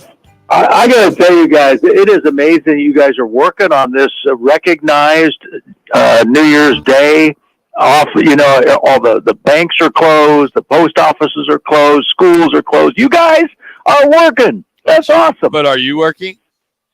Yeah, but I worked all week. You know, it's nonstop in television. So you radio guys got that cushy job where you take everything that even sniffs like a vacation, like a holiday, and take it off. That's Jody in the morning. I mean, the corporate guys. Yeah, corporate guys. Yeah, they get off for look at the hard workers, man. Yeah, Commendable. Flipping the national. You know. All right, well, the Suns are getting blown out right now. They're making it a game, right? 67-43. Talk about taking the day off. Yeah, really. Yeah, jeez. I mean, they didn't get the memo. Anyway, all right, let's get it. Factor Fouey, you do it every week with ABC 15's Craig Fouey. All right, TCU's 51-45 win over Michigan will go down as one of the best Fiesta Bowls of all time. Factor Fouey. Oh, fact. I mean, listen, it was a great football game, right? Hey, listen, I was there at that Boise State-Oklahoma game. I can't remember what year it was when Boise State ran the Statue of Liberty and came through and won the game over OU, and I was there, all of them. I mean, for 25 years. And this is one of the best ones, most exciting games. If you're an offensive fan at all, you had to love that game. It was just one of those where the little guy on the block, TCU, came out and smashed Michigan in the mouth. So, it was like all week long we thought Michigan's going to take it to these guys. They're bigger, tougher, stronger, faster. And then here you go. Look at TCU. So it was an exciting game. I was on the edge of my seat the entire time. All right, Coach, question number 2. This Fiesta Bowl will go down as one of the most controversial Fiesta Bowls in its history, with the Wilson TD catch called down at the 1, then they fumbled, and the no targeting call on the last play of the game. Fact or Fouey? Controversial. Well, it's controversial only if you're a Michigan fan, right? It's not controversial if you're a Horned Frog. So we watched that touchdown, right, where he sits down on his butt, and it's like, God, is he down? Is he not down? Is he down? Is he not down? Is it a touchdown? We looked at that. They went to commercial, came back, and ruled him down. And listen, it was at the half-yard line. I mean, it was maybe a foot out of the end zone. So that game, like that call right there, didn't necessarily change the tempo of the game. But that last one, the targeting, that didn't need to be called either. That was a no call. So I appreciate that. But what would it have done? Given Michigan one more play? 25 seconds. 25 seconds, Coach. You never know. Get a couple shots. The way that thing was going. Come on, you never know. I'm so sick of targeting. I'm telling you what, guys, anything that even looks like it's like you brushed up against him on your elbow, it's a targeting call now. I'm just tired of it. They're trying to take away all the toughness of the game. That was a wang-bang play that just knocked that guy down. And I was glad that it was a no call. I really was. A wang bang. Where'd you get that from? From Manuch? A wang bang play? I haven't heard that one before. I've been listening to you guys. You make up stuff. Yeah, exactly. Manuch. Not all of us. Wham bam play, but that's okay. I hate Fouey. I had you, man. I got you. I knew exactly. I love it. I don't go down a road of anything that's controversial, so I'm just not doing that. All right, Coach. The TCU Georgia matchup Monday night in Los Angeles, SoFi Stadium, will have at least 70 points scored and over 800 yards of total offense between the two teams. Is that fact or is it Fouey? Let the flag games commence, Coach. Oh, Fouey on that. No. Listen, you're counting out, you think? You're counting out Georgia's defense, right? The best defense in the country. TCU played some good defense. They had 2 pick sixes against Michigan, I might add. And by the way, if you put a hat and glasses on Manuch, is he not the spitting image of Jim Harbaugh or what? Put a whistle around that guy's neck. Yeah. I was out at Michigan practice last week, and I'm like, I kept looking up, going, Manuch is coaching the quarterback. What is going on here? It's uncanny. Yep. It's uncanny. Manuch, if I was you, that would be my Halloween costume from now until the dawn of man. I mean, I'm telling you what, that is the spitting image, you and Jim Harbaugh. Anyway, no. People say that. Manuch, you and Harbaugh are brothers that were separated at birth. It's that nose, man. It's the nose. It's that big nose. Yeah. It's unbelievable. Question 4 with ABC 15's Craig Fouey. The Cardinals need to start David Blau against the 49ers and decide if he will be the quarterback to compete with Colt McCoy for the backup job next year. Factor Fouey. Yeah, I think that's a done deal. I mean, I wasn't at Cardinals today. I'm here at the station early, but I think that's what you have to do. Your Cliff so much has said it last week. We're going with David Blau to see what he's got, and clearly you saw against the Falcons defense. We'll give him that, right? A 5-win team at the time. We'll give him that. But he looked decisive and looked like he stood in the pocket well and had the control of the offense and did a good job on the sidelines. I mean, I thought that was a nice outing for him, and looking forward to you might keep him around next year because you got to do something with Kyler out, right? Yeah. Kyler's likely going to be out for maybe even half the season. Who knows? So you got to have somebody that can step in, and so David Blau might be a nice choice at that point. All right, Coach, last question. With the Cardinals now losing 6 in a row, 8 of the last 9, 17 out of the last 22 is a complete organizational implosion that sits squarely on the shoulders of Michael Bidwell. Fact or Fouey? Well, fact. I mean, listen, the buck stops here in any leadership situation, right? We all know that. Michael Bidwell's been in charge of this team for a long time since his father passed away, and even before that, in the last years of his dad and Mr. B. And so I think when you look at this, where else do you stop? I mean, it's like that's where it goes. I'm not in the camp of fire Cliff. I think Cliff deserves another year because of all the injuries and the crap that's gone on out of his control. Steve Keim is probably gone, in my opinion. And again, Michael Bidwell will have to make that decision, but I think he's got a new GM coming in. So I think there's some changes coming for the Cardinals, but definitely it's Michael Bidwell's team. So you really think that Kingsbury will survive, and it'll be the injury excuse that saves him? Excuse. There's no excuse for that. I mean, listen, that's just is what it is. Did you see the graphic they put up yesterday during the game? Yes, I saw For goodness sake, 10 guys. Listen, there were of 22 starters projected to start the season this year for the team. 8 of them were playing yesterday. 8 of those guys. 8 of 22. That's it. I mean, how do you not excuses? Yeah, but you can't have guys that are coming off their sofa in week 15 and playing for you and say, oh, it's just an excuse, next man up. I'm like, come on, guys. I mean, there's nobody there to play. It's a bunch of backups. We could all be out there playing and suiting up for the Cardinals the way it's been. Hell, if Blau went down, I might have been out there for that final game. I know. I'm telling you, David Blau, look out, buddy, because Manuch is looking for your job. You could have Manuch versus his mentor, and one Manuch versus one Brock Purdy out there going against each other from that standpoint. Just your thoughts on whomever the GM is or where Michael Bidwell needs to go. They got, 30-some free agents they got to sign. Philosophically, strategically wise, what would you expect for them to do? Re-sign the core nucleus, which is probably, 4 guys that are the core nucleus? How would you go down this road setting this team up next year? Yeah, there's 28 free agents. And listen, let's be honest, on a team that struggled like they did this year, half of those guys probably aren't going to be back, right? You're probably looking at retooling the entire roster if you can and trying to find a strength in free agency and in the draft. And I'm not a big advocate of trading down in the draft. If you've got a top 4 pick, maybe 3, anywhere from 3 to 6, if you've got one of those picks, take the best player available at that point, and hopefully it's somebody that can help you immediately. You trade down. We've gone through that experiment before, right? Years ago, and trade down and pick up 2 guys, later in the draft that neither one pan out. So I just think you stay there and try and find it. Not a linebacker, but somebody that can come out and impact the team. Please not another linebacker. Please not another linebacker. And then I think you go outside for a GM and have somebody come in and get fresh eyes on this thing, and just take a look at how you can redo this roster. And maybe Mark May said it the other night, maybe my first call is to J.J. Watt just to see if I can eke one more season out of him, right, just to help us out. But, yeah, it's a major overhaul, and I don't think we'll recognize half the names on the team next year. Fouey, as always, buddy, Happy New Year to you, and thank you for your time. We always appreciate it. Happy New Year, guys. It always makes my week. It starts off great. Get my blood boiling. It's good.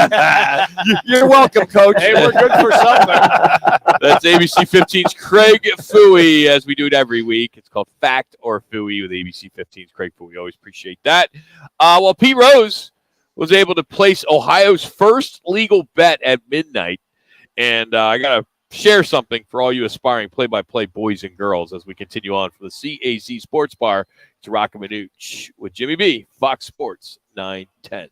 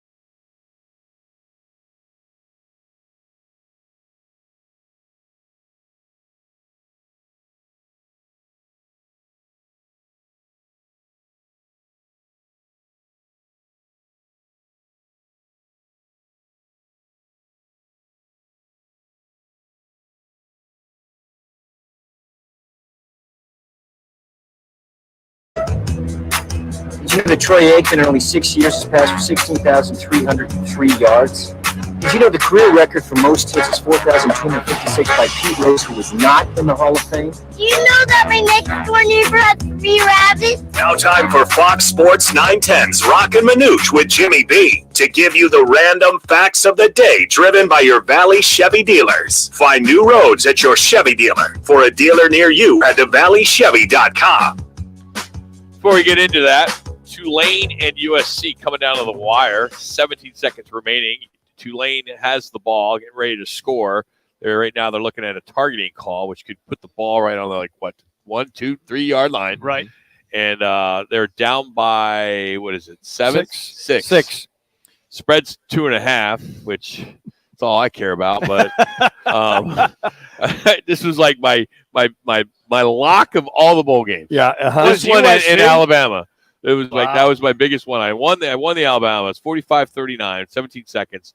But Tulane's going to get the ball really close to the end zone. Score and get the extra point. And it's what do they got? 1st and goal. Yeah. Oh, jeez.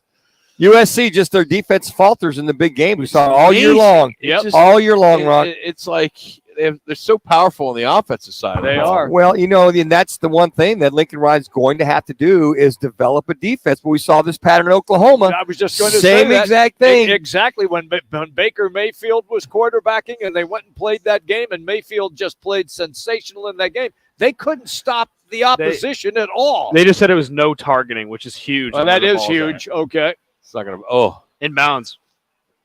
Yeah, it looks like incomplete. But one of Hamilton High School's finest, Brandon Rice, the son of Jerry Rice, is having a huge game for USC. 6 receptions, 2 touchdowns, 174 yards on the day. Outstanding athlete. But the USC defense going to have to come up big here to stop this. You got to take a shot in the end zone, Coach.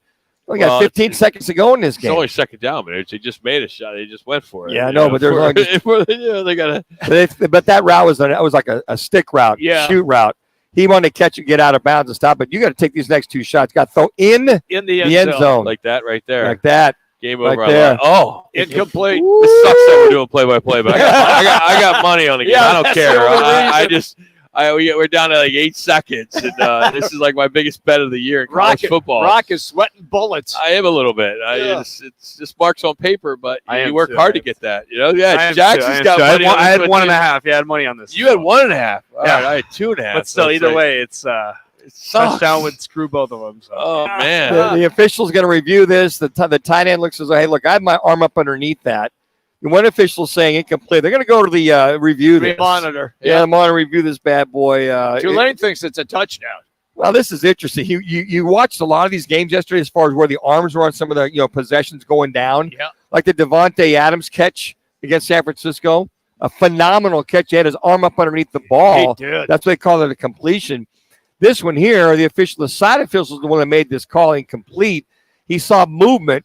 So, I don't know. Here's another one. Hey, I'm glad they're reviewing, guys. I like it says, I'm glad they're reviewing these calls. Will it be targeting, first down or not, whatever, and at least being correct on the call, whether you agree with it or not. But the targeting calls over the course of the last few weeks in college football, they're so questionable. They are. They very are. It's just like interference. A lot of us don't know what the actual law or the rule is. One of the targeting calls, I think it was this weekend, where the players led with his shoulder and his helmet was back, was correct. Because if you lead with the shoulder and then the head follows, that's a correct call. But anytime the crown of the helmet is down and you're coming at somebody, you get even close to the helmet, they technically will call that. I've always contended that for an official, the most difficult call in basketball is the blocker charge.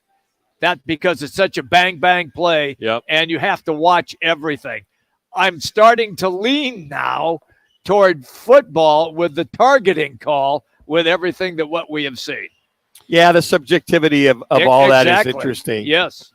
By the way, the Suns are still getting beat pretty bad by the New York Knickerbockers, 79-58 with about 11.5 remaining in the third quarter. Touchdown. And TCU just won. Touchdown. Tulane. Yeah, shoot. They got to make the PAT, though. No, they don't. Doesn't matter. Well, for your bet. I'm just saying, tied up. Yeah, but I got 2.5. Yeah, but they can make a game-winning field goal, win by 3. Yeah. There's 6 seconds left. I know. Overtime, if they missed the PAT, you never know. Hey, listen, look at Jackson. So man. you're saying they got a chance? Jax, this bad boy's over. Oh, that's so funny. Well, I mean, here's USC throwing for gazillion yards. Yep. Got to score gazillion points, but they lose. So they lose, and there's the Yeah, extra you don't points. lose. Good. You don't lose to Tulane. Now, when you're up by what were you up by 18 points at one Tulane was time? good this year. I know, They were good. 11-2, I think. Yes. Something like that. Our random fact of the day: life has come full circle with Pete Rose. He gets a lifetime ban from Major League Baseball at Talking 89 about my boy. for Yeah. gambling, right? Yeah. Man, when he was managing the team. Well, Pete Rose placed Ohio's first legal sports bet, and he did it on the Reds. He took the Reds to win the 2023 World How Series. appropriate is that? I mean, that's great. That's genius marketing. It is. For the folks in Ohio to grab Pete Rose at midnight and to place a bet on the Cincinnati Reds legally. Yes. To do it. How Did it at appropriate the is that? Hard Rock Casino in Cincinnati. Yeah. And I'd love to know what they paid him to Oh, do my that. gosh. And then I wonder if he actually bet on the Bengals tonight, too. Well, Because you think that about wouldn't it. shock me. Yeah. I mean, look. Something Jimmy B can kind of relate to this a little bit more, but the voice of North Carolina State, Gary Hahn, has been suspended because of a comment he made during the Duke Mayo Bowl. All right, Duke's, which is the brand. It was a pretty lighthearted comment. We're going to play it for you, but unfortunately, we live in a world where people get so offended so quickly, and this wasn't even again with his team. He was commenting on a score in another bowl game in El Paso, Yes. the Sun Bowl, because the ACC team was in that game. Here is what he said that got him basically fired. One other bowl game involving an ACC team going on. That's the Sun Bowl. And amongst all the illegal aliens down at El Paso, it's UCLA 14 and Pittsburgh 6. That's with 11:15 to go in the second quarter. What's the purpose? Illegal aliens. What's the purpose of the You comment? can't say that. What's Rock. the purpose of the As comment? bad as that is, With all Tanner, this, the surge of migrants doesn't matter. That's who have not crossed his the Rio place. Grande I get that. illegally, Yes, I'm with with people you. getting killed and all the drugs. It has please. no purpose. But he in still the gets game. suspended Yeah, for it. he had no purpose in the game. Me as a play-by-play broadcaster, I would never bring Go down in that road. a political issue while I'm calling Well, a game. and they're still going. They're still sending them back, Rock. The Proposition yeah. 42 is still How about going the back. 6 million that have got in? Well, but they are. Hey, but here's the thing: you just Come on. can't. You can't. That's a very sensitive. I agree. Has no place in that broadcast. Guys will get whatsoever. fired for it, though. Well, I could see suspended or He's suspended warned. right now, Yeah. but you know it's going to end up being. Well, we he's don't gonna know get, that yet. Well, most likely, that's what always happens in this deal. I would hope. I mean, he this did. guy's been there. He's been the sportscaster of the year twice. Yep. He's been the voice of the football and basketball team since '91. And he was at NC stupid with that State. comment. He But was I a don't. I dumbass will for say that this: comment. I don't think it's a fireable offense. It's a suspension. I don't either. I mean, you don't say it. I get it. Yeah, but that's the you point. don't get suspended for it either. Well, you just look the other way. Hey, well, not a big deal. they had to do that. They Right? They had had to suspend him. Go, look, you can't do that. We're going to suspend you for maybe 3 or 4 games. Just don't do it again. And to your point, right? The kid's got the guy's got a hell of a history He does, broadcasting. yep. No, Everybody screws up, makes a mistake. that's right. I would say that's off limits. You don't fire a guy, you suspend him. Okay, learn your lesson. Good. You've been broadcasting for like 30 years or whatever.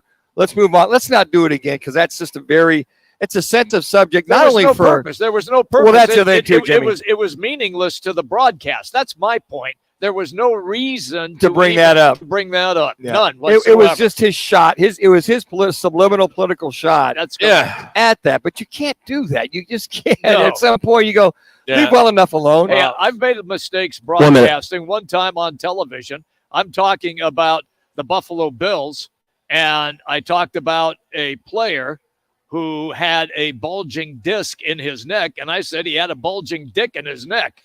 That's live on TV. Now, it didn't ring a bell to me. I just kept going. Yeah. So I didn't pay any attention Sure, to the it. same thing happened with him. I don't think he thought it. Well, but that was mine was a slip of the tongue. His was antiquated. Yes. Yeah. That was it. Hey, we're catching up with Rudy Carpenter in hour number 3. Also, Frank Sanders. Get his thoughts on the woeful Arizona Cardinal team who lost to the Falcons yesterday. So that's all coming up as we continue on from the CAZ Sports Bar. That's the new sports bar in Casino, Arizona. And the sports book, which didn't do me any favors in the last game.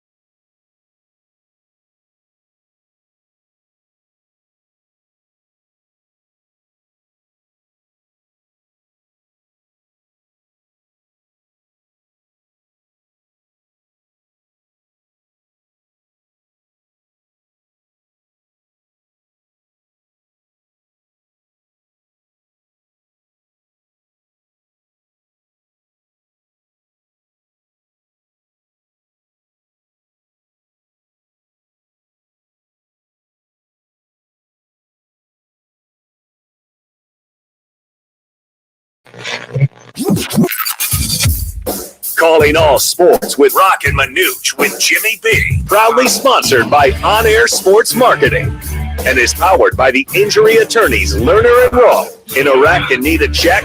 Make one call, that's all. 602-977-1900 and always online at lernerandrowe.com. Now time for Calling All Sports with Roc and Manuch with Jimmy B. On Fox Sports 10. Tulane wins the Cotton Bowl. LSU dominates the Citrus Bowl, and the Rose Bowl is coming up. Welcome in our third hour of Roc and Manuch with Jimmy B, coming to you from the Sports Bar, the CAZ Sports Bar at Casino, Arizona. Now a sports book in here as well, as we are counting down to the last Monday night game of the season, and it's a good one. It's the Buffalo Bills and the Cincinnati Bengals. Game time just after 6 o'clock, 6:15. And if you're going to come down and join us, you'll have an opportunity to win some cash. We have our kickoff challenge, which will start at about $3,800. That is given away if there's a run back for a touchdown on a kickoff, and the conversion's good, and you'll win that jackpot. We add $25 to it after every kickoff. We also give you a couple sets of squares where you can win $25, and there's props.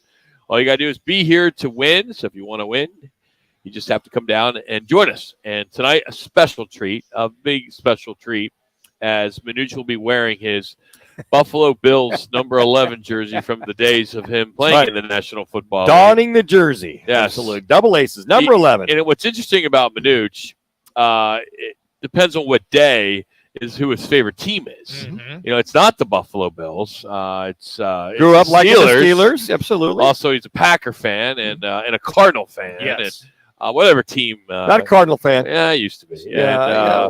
You used to be until the little guy kind of. He showed me the door. He showed you the door. Yes. I was doing a damn good job. What Junior said, Manuch. Yeah, well, Richard Rich showed up. We're getting you out of there.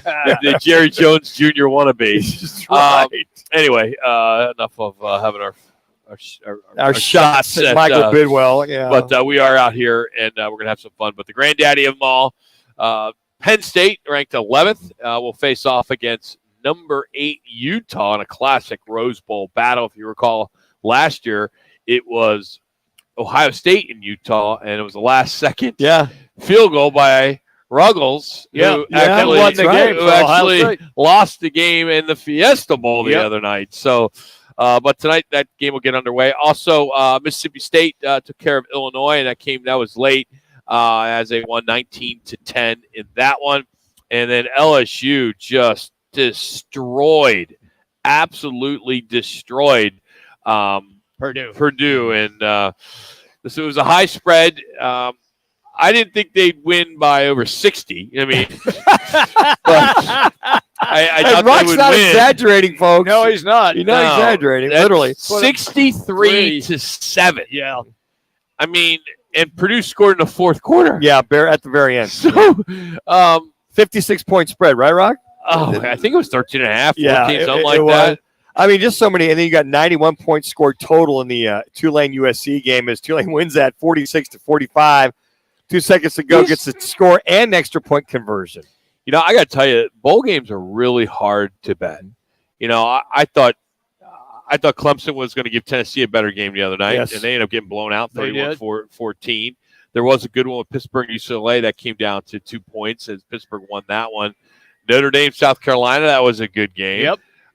So the really good game. Oregon game? Ohio, Wyoming, that was great. Oh, yeah, sure. It's Ohio. 10 wins on the year now. Nobody could watch it because it was on that stupid barstool thing. Oh, it was bad. And but again, Saturday, the two best games of the year so far. With the Peach Bowl and the Fiesta Bowl. How did Kansas State do? Yeah, we got beat 48-20. You guys were up like, I think, 10-7 in the first quarter. It looked good. We were holding our own to come out the beginning of the second half. I don't know why Coach Klimick does an onside kick and gives Bama the ball at about the 50-yard line, and they kind of let the roll begin, roll tide, if you will. A team I know you follow, Jimmy B, Iowa. Their defense is just so good. It is. They shut out Kentucky in a bowl game. Well, Kentucky, their quarterback wasn't there. Yep. Will Levis has already announced he's going to the NFL draft, and he'll be one of the top quarterbacks selected. But to your point about Iowa's defense, it's sensational. Their offense is tragic. I've never seen a team tragic offense have such a good defense and win and have the most woeful offense in college, and to see them win. I talked to Hawkeye fans, and they're like ready to just leave the program. They're so frustrated because the defense was so solid and controlled the game and would score points, and they did score points in the bowl game. And their offense was just dreadful, absolutely dreadful, could not get out of its own way all season long. They lost to Iowa State. For Hawkeye fans, that's like the kiss of death. And Oregon to come back and beat North Carolina, you know, the 14 points in that last quarter to see the Ducks, who North Carolina was up. They were up handily, and to see that Oregon team come back and to see all the points scored in these big games is interesting. That, okay, you get the 2 or 3 week layoff. Looks like the offenses get better, they get primed, and the defenses, for some reason, they lose not so much intensity, they just lose that sharpness or that execution on the defensive side. We've seen that well over 5 or 6 bowl games this year. Suns are in action right now. They need this game to get over. Is that what you're calling it? 98-73, 4 minutes remaining in that one, as they are not playing well. And this will take them to 1-4 on this current road trip. They got the Cavs on Wednesday in Cleveland. So they would have then now dropped 6 of 7. The record will fall to 20-18. Well, it doesn't surprise me. Stop the bleeding. Well, you have your star player is out. Yeah. And you have then pretty much role players. Now, people would say, well, what about Chris Paul? He used to be the star point He could guard. carry a team at one time. That's years correct, ago. but Yeah. not now. Used to, yeah. Used to.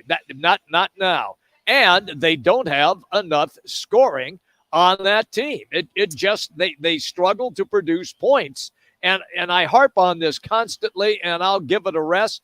But you got to feed DeAndre Ayton. And once again, I've tried to keep track of this game. And once again, he is not getting the shots that he should be getting.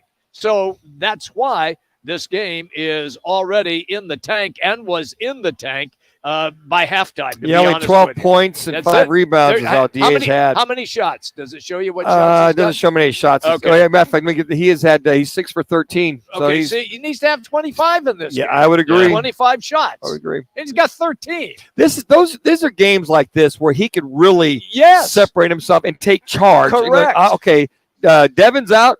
Yep. Let me be the man. Yes. Let me be the guy. You're playing in the iconic Madison Square Garden. The mecca of basketball. In New York. Yes. Step up, man. Yeah. Step up. I'm with you. What do you think? I'm anxious to see how this new ownership, whenever this comes down with the league, with Adam Silver, and it gets stamped approval and all that, will they make some moves at the trade deadline? Or they're just going to let this season run out and see what happens.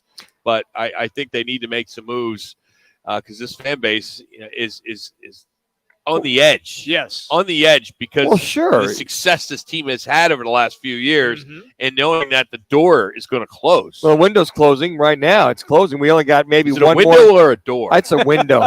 The window is closing. It's not a door? No. Don't you usually open a door and close a door? Yeah, it's just the window. The proper analogy is the window's window closing. of opportunity? Yes. The it's window of closing. opportunity? Okay. Typically, when one window opens, when one door opens. See? When, There you You don't go. even know what you're talking about. when one door closes, 2 more open. That's But what's it. that got to do with a window? Well, the windows open up windows of opportunity. That's it right there. Fresh air, get out there. Because with the window, it's your last bastion getting out of the house one more time. You know? So what if it's a door, not a window? It's not the last bash? Typically, you don't want the door hit you in the ass on the way out. There you That's go. kind of where that moniker comes in. The Yotes, they're going to resume their 4-game road swing tomorrow. They're in Florida. They lost on Saturday to Tampa Bay. They remain 7th in the Central Division with just 31 points. 5th-ranked Arizona Wildcats, they're staying at number 5, according to Associated Press. Top 25 came out today. They're 12-1 with their win over Arizona State on Saturday. 69-60. Arizona State was just cold from the three-point land. They struggled there. Purdue is number 1 in the country right now, followed by Houston, Kansas, UConn, and then rounding out the top 5 is the Arizona Wildcats. So they will both Arizona and Arizona State will host the Washington schools later in the week. We'll have some tickets for you to go to that game on Thursday and Saturday. That's coming up. GCU, they'll be back in action on Thursday as they will be playing Sam Houston. I think with that ASU U of A game, when you see, at least you saw the Devils make a run there at the beginning of the second half. Made you go, okay, if they hit their shots, they can compete with the number 5 team in the nation, maybe even beat them. But it's all about shooting. But the athleticism with that U of A team, you watch and went, wow. And they start off kind of cold initially, too. But they get up and down the court. When it's go time, they just kind of take over. They go to a different gear, and that's what you have to be if you are a team that's going to be one of the top 5 teams in the country. Purdue has that. They have a 7'4" center in Zach Edey who can really play. And the other day I watched some of Gonzaga, and don't close the door on the Gonzaga Bulldogs yet. Drew Timme went for 35 and 14 in a big win the other night against Pepperdine. We'll just wait till the NCAAs. Yeah, I was just saying, just wait till the NCAA fade. They go pretty far. Oh, they go but they can't win at all. I mean, that's their only problem. They've been to the title game and can't get it done. I know. It's a tough place to recruit. It is. Yeah. Hey, the NFL announced their Week 18 doubleheader. They're flexing 2 games to Saturday. Chiefs will visit the Raiders. That'll open up the doubleheader as the Raiders, what a year they've had. Derek Carr, maybe? Stidham did a hell of a job yesterday, man. Arizona Cardinal? No, Stidham's going to be the guy in that final game. He's the quarterback. I'm talking about the future with Derek Carr. I think Derek Carr's probably gone. He is. Yeah, I think Derek. And the Jets will be the first team to try to get him. That could be true. If you give up on your first rounder after 2 years, I would. Be very difficult. I would. KC still trying to get that top seed in the AFC. But in the nightcap, it'll be the Titans and the Jags, which the AFC South title is on the line. And then the rest of the Week 18 games will be played on Sunday. There will not be a Monday night game. So tonight is the last Monday night game. And our jackpot, if it doesn't hit today, will carry over into the big game on Super Sunday, both at the showroom at Casino Arizona and at Talking Stick. So typically, it'll get up to around $4,000, and we'll carry that over to those 2 locations. And if there's no run back for a touchdown on Super Bowl Sunday, we then just give people $100 bills, the money. So we'll just keep throwing out the money. It's a great promotion. We'll have more details on that coming up as we continue from Casino Arizona. We're going to catch up with Rudy Carpenter next, get his thoughts on the play of David Blau and his thoughts moving forward with this Arizona Cardinal team. It's Roc and Manuch with Jimmy B, Fox Sports 910.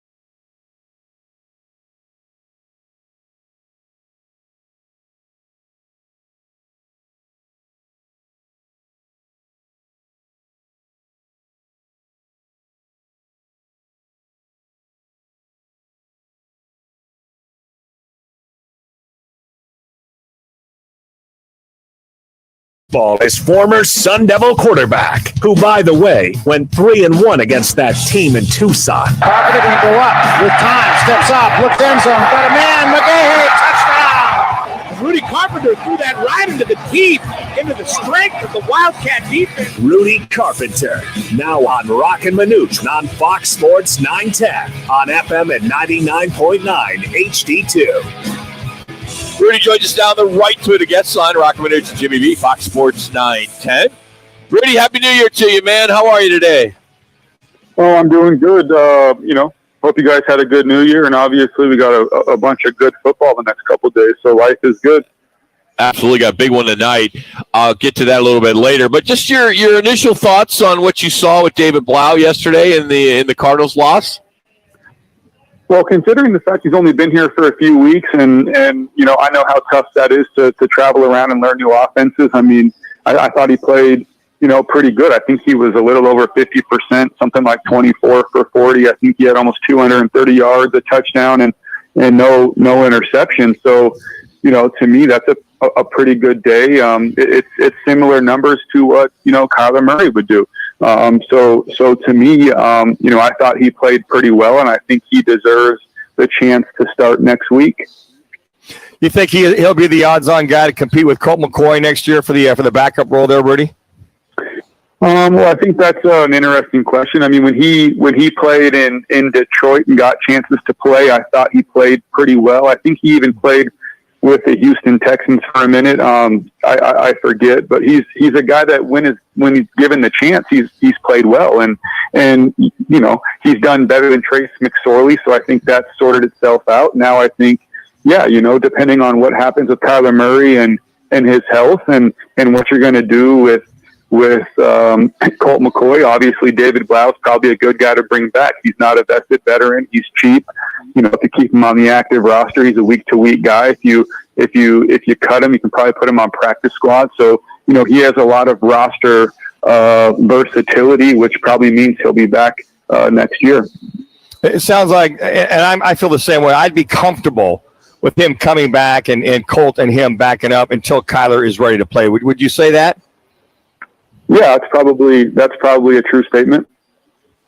I think that in watching him yesterday, I felt, Rudy, just the comfort, the progressions, the reads that we really didn't see from a McSorley.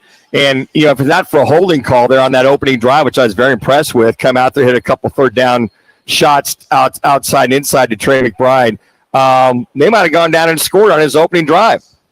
Well, yeah, but this is what this offense is designed to do. It's a pick and pop offense that's designed to work around timing and anticipation and accuracy and decision making. And when you get a guy who understands that, you get guys like David Blau, you get guys like Colt McCoy when he's operating. These guys that understand, how to, let it go when they understand what the coverages and the route concept is. They got to pick a guy and let it fly, right? And they have the accuracy to be able to do so. To me, it's what Kyler Murray has struggled with. Look, Kyler Murray's ceiling for potential is very high. His athleticism is unmatched. I still think that there was a reason why they put that clause in his contract without the study clause. And then you go and watch other guys come in and you watch, how they process information and how they make decisions, and sometimes how this offense's passing game clicks better with them playing quarterback. You have to ask, why is that? And to me, it's just because they understand how to process information and throw the ball to who it's designed to go to, depending on what the route concept is and what the coverage is. Rudy Carpenter is our guest on the right Toyota guest line. Roc and Manuch with Jimmy B, Fox Sports 910. Trey McBride had a career day. Look, I know it's against the Atlanta Falcons. It was two bad teams playing against each other. But were you happy to see the rookie tight end finally look like the number 2 pick for the second round pick in the draft for the Cardinals?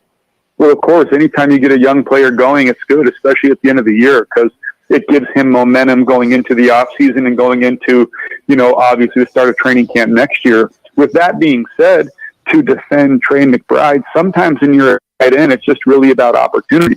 Number one, being on the field. Number two, being targeted. He's had some opportunities early, but it's not like he's had a ton.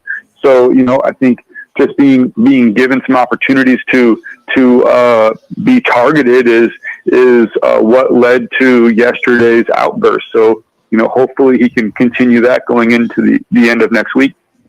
Rudy, as you look at the National Football League now through 17 weeks, and you kind of looking at all the teams, and it's coming down to playoffs, guys that have clinched, guys that haven't. Of course, a lot of things need to happen over the next week or so. But which team scares you the most here entering playoff time? Well, I think there's a lot of teams that are playing really good football, right? But I think if you're an NFL team, you don't want to play Tom Brady regardless of what their record is, and you definitely don't want to play Aaron Rodgers regardless of what their record is. And to me, it's just interesting that here Aaron Rodgers is going, at the end of another season where he controls their own destiny, or he does, and it's going to be probably another situation where we find the Packers in the playoffs, and next thing we know, it's the same old same in the NFC Championship game, right? So to me, I wouldn't want to play either two of those, those two guys. And does Jalen Hurts have to be able to play for Philly to run the gamut? Well, it sure looks like it, right? I mean, there were a lot of people like myself who I think Jalen Hurts has played incredible since being the starter. And if you ask me why I was a hater on Jalen or why I'm negative on Jalen, I don't even have a good answer for why I'm like that. But the fact is he keeps playing well. He keeps proving people like me wrong. And then, obviously when Gardner Minshew comes in, you got people like me who will think this team will still play well behind a good run game and a good defense, and they don't. So look, it's really apparent that Jalen Hurts is as important to his team as Patrick Mahomes or Josh Allen or anybody else is to theirs. Speaking of Josh Allen, a battle tonight with him against Burrow, and how do you see this playing out, and what needs to happen for either one of these teams to be excited and win this game? Who knows? But I mean, this is just the NFL. I mean, the NFL, the parity in the NFL is unbelievable. The storylines every week are unbelievable. You're in the second to last week of the season. You got Josh Allen and Joe Burrow matching up on Monday Night Football. I mean, look, it's going to be a great game. You never know because these teams are capable of so much offensively and defensively. So if I had to make a wild guess, I'd say it'd come down to turnovers, and we'll see if that's a good prediction or not. Take me back to the NFL. The New York Giants secured a playoff spot with their win. How, you as a former quarterback and working with kids to get them to that next level, how do you perceive Daniel Jones, where people wanted him gone, wanted to get anything like a bag of balls for him? Now they're in the playoffs. How has he progressed, and can he get even better? Well, I think people, and when I say people, I mean people like myself, need to get comfortable with the fact that the quarterback position looks different now, and that it's going to look different, I think, for a while. I think when you look at Daniel Jones, one of the things that's made him so good and made that team good is his running ability. And when you look at Daniel Jones, you just don't think of an athletic guy who's a great runner. And it's kind of easy to overlook that aspect of his game, but it makes that team very difficult to defend. And I think that's the same thing with Jalen Hurts. I think it was the same thing with Lamar Jackson. So what I think all these teams need is just, a system in which that is built around them and meant for them to succeed. Rudy, as always, thank you so much. Happy New Year once again to you, and we'll look forward to talking to you next week. Thanks for the time. All right, guys, take care. Rudy Carpenter. Follow him on Twitter at RudyGCarp12. Appreciate him taking some time for us. He is driven by All City Towing. Start out 2023 with a new career at All City Towing. They have multiple full-time positions that have incredible benefits, including a 401k program with a generous company match. The fastest way to apply is online at allcitytowing.com. I'll continue talking some Cardinal football as Frank Sanders will join us, former Arizona Cardinal, actually the Phoenix Cardinal. He will join us next as we continue from the CAZ Sports Bar. It's Roc and Manuch with Jimmy B. Fox Sports 910. This is what's trending on Fox Sports 910 Phoenix.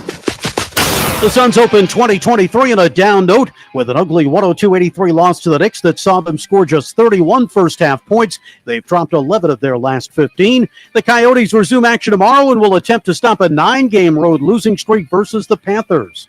Arizona ranks 4th in the latest USA Today men's basketball coaches poll after beating Arizona State in their only game last week. Purdue remains number 1 with Houston, Kansas, and Connecticut filling out the top 5. Up next for the Wildcats, Washington on Thursday. ASU takes on Washington State also on Thursday.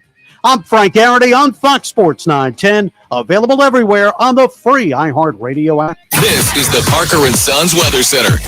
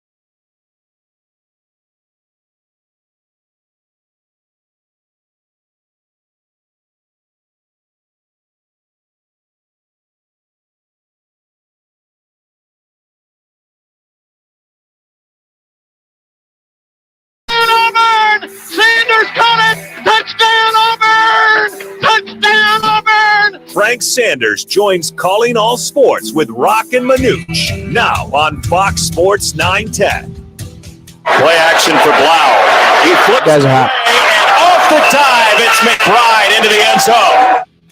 Heck of a game for McBride, but that wasn't enough as the Cardinals fell to the Falcons 2019. Joining us on the right to the guest line now, Frank Sanders, former Cardinal. How we doing, Frank? Happy New Year, buddy. Happy New Year to you, brothers, man. Doing very well. Sitting over here at the Raven Golf Course, looking at this beautiful 18-hole. I know, right? Yeah.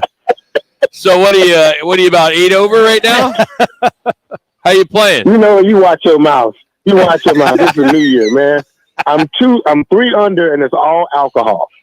It's all alcohol. 3 under on, and you're. Did you start on the back 9, or what do you got? You said you're on 18. Did you start on the back? I'm looking at 18. I'm on the 19th hole, brother. I'm 3 under. Oh, he's in. he's in the clubhouse, man. Are you across the street at Gallagher's? Or you right there at he's at the Raven. Yeah. Well, I mean, the Gallagher's right, like a 9-iron from the Raven. It's right there. Yeah, but the Raven is a nice club. Yeah, it is. Very nice. Nice place, and Frank is like a celebrity there. Well, but Frank's a man of the people too. So he's a member of the Raven and Legacy. So he's got 2 clubs over there. So you say he's kind of a big deal? Oh yeah. Frank Sanders guy? He doesn't give strokes, though, right? You don't give strokes. No, I'm trying to keep it together. I know you are. Yeah. Because here's a little bone to pick, which I'm not gonna spread this. I am gonna do it on the radio. Of course you are. Because I've since canceled it. So I left Frank a voicemail last week. Yeah. Myself and my buddy Jimmy both left him a voicemail saying, we're playing Wednesday at 210 Gainey Ranch. Gotcha. You're in. Let's go. Ba-ba-ba-ba-ba-ba-ba-ba. Nothing. Crickets. Wow. So, I invited him to play. No, so we're not going to play now. Frank, but, this Frank Sanders? Yes. Yeah. You sure is this Frank Sanders? Dude, I know he answered. It was his voicemail. Wow. So he basically dissed you. He big leagued Big me. Yeah. No, you're already playing with Tree, right? Hold up. Truck Robinson. You dial 623-476 something, because I don't think you dialed my number, because I'd show up for you guys. Hey, look, Frank and I played one time, and then he kicked me to the curb. Yeah, I could see that. Well, Frank, that's not like you, man. Oh, it's totally like him. I mean, it's all about Frank is a man. Look, Manuch, Frank is a man of the people. I will not take advantage of those that are not capable of being taken advantage of. All right. Let's just get a couple Cardinal questions in. All right, we just a couple. So, is David Blau the starter this week against the 49ers? Has he earned it? Absolutely. Did not David Blau impress you guys? I did. Look, I was like D-Hops. As soon as they told me my name was David Blau was the starter, my knee started hurting. I couldn't run a route. I couldn't talk on the phone. I couldn't do interviews for nothing. Once they told me my starter was David Blau, but when I realized David Blau can throw that rock, oh my God, I felt like I could have probably got 110, maybe 135 yards that day versus the Atlanta Falcons. He played well, and he played exceptionally well in regards to the fact that we thought here's a quarterback that the Cardinals put on the table. It was a tanking mechanism instead of putting out a McSorley who this would have been the second week in the offense. You gave us David Blau, but David Blau actually played well. Good call on the Arizona Cardinals and Cliff Kingsbury. Do you feel as a receiver, Frank, going into next year, depending on when Kyler Murray comes back, first game, fourth game, whatever, at least you got Blau and Colt McCoy, you feel pretty good as a receiver. That's the tandem going into training camp that can help carry that team until Kyler gets healthy? You got to talk to my agent. I'm already looking for a trade. Just answer the damn question, would you please? I'm sorry. Absolutely not. I'm looking for a trade. Okay. So Blau didn't impress you enough, or Colt McCoy doesn't impress you enough to carry that team for at least maybe 3 or 4 wins until Kyler gets back? No, I would say this respectfully, man. There's probably a good list of candidates in regards to the free agency market. I've already said this, with the PHNX Cardinals conversation. Based upon this offense and what it produces, I would be looking for a trade in regards to that, because it has nothing to do with Kyler Murray. It just has to do with the way the offense is being called. And again, that to me, I don't find where I see that a guy like D-Hops is being used at his maximum level, or Hollywood Brown. Those are the things that I'm just looking at in regards to the offense. Now, if you told me could have had a game plan to be something, I would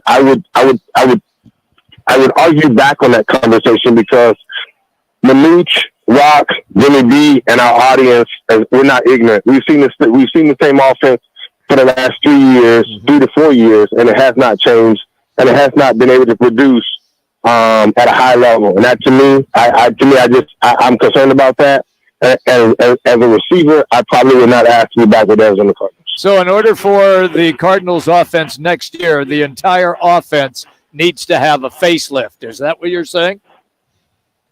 I'm saying if I'm a receiver coming back for this team, I would like to see that. I think that there were some things that was on the table. We can look at this offense and say we have not seen this offense this year, Jimmy B.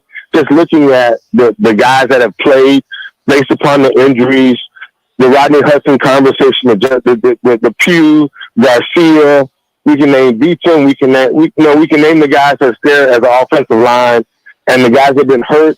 Our offensive line have been crazy, but just watching the offense as a whole over the last 16 weeks or last year, I can say it's been the same offense.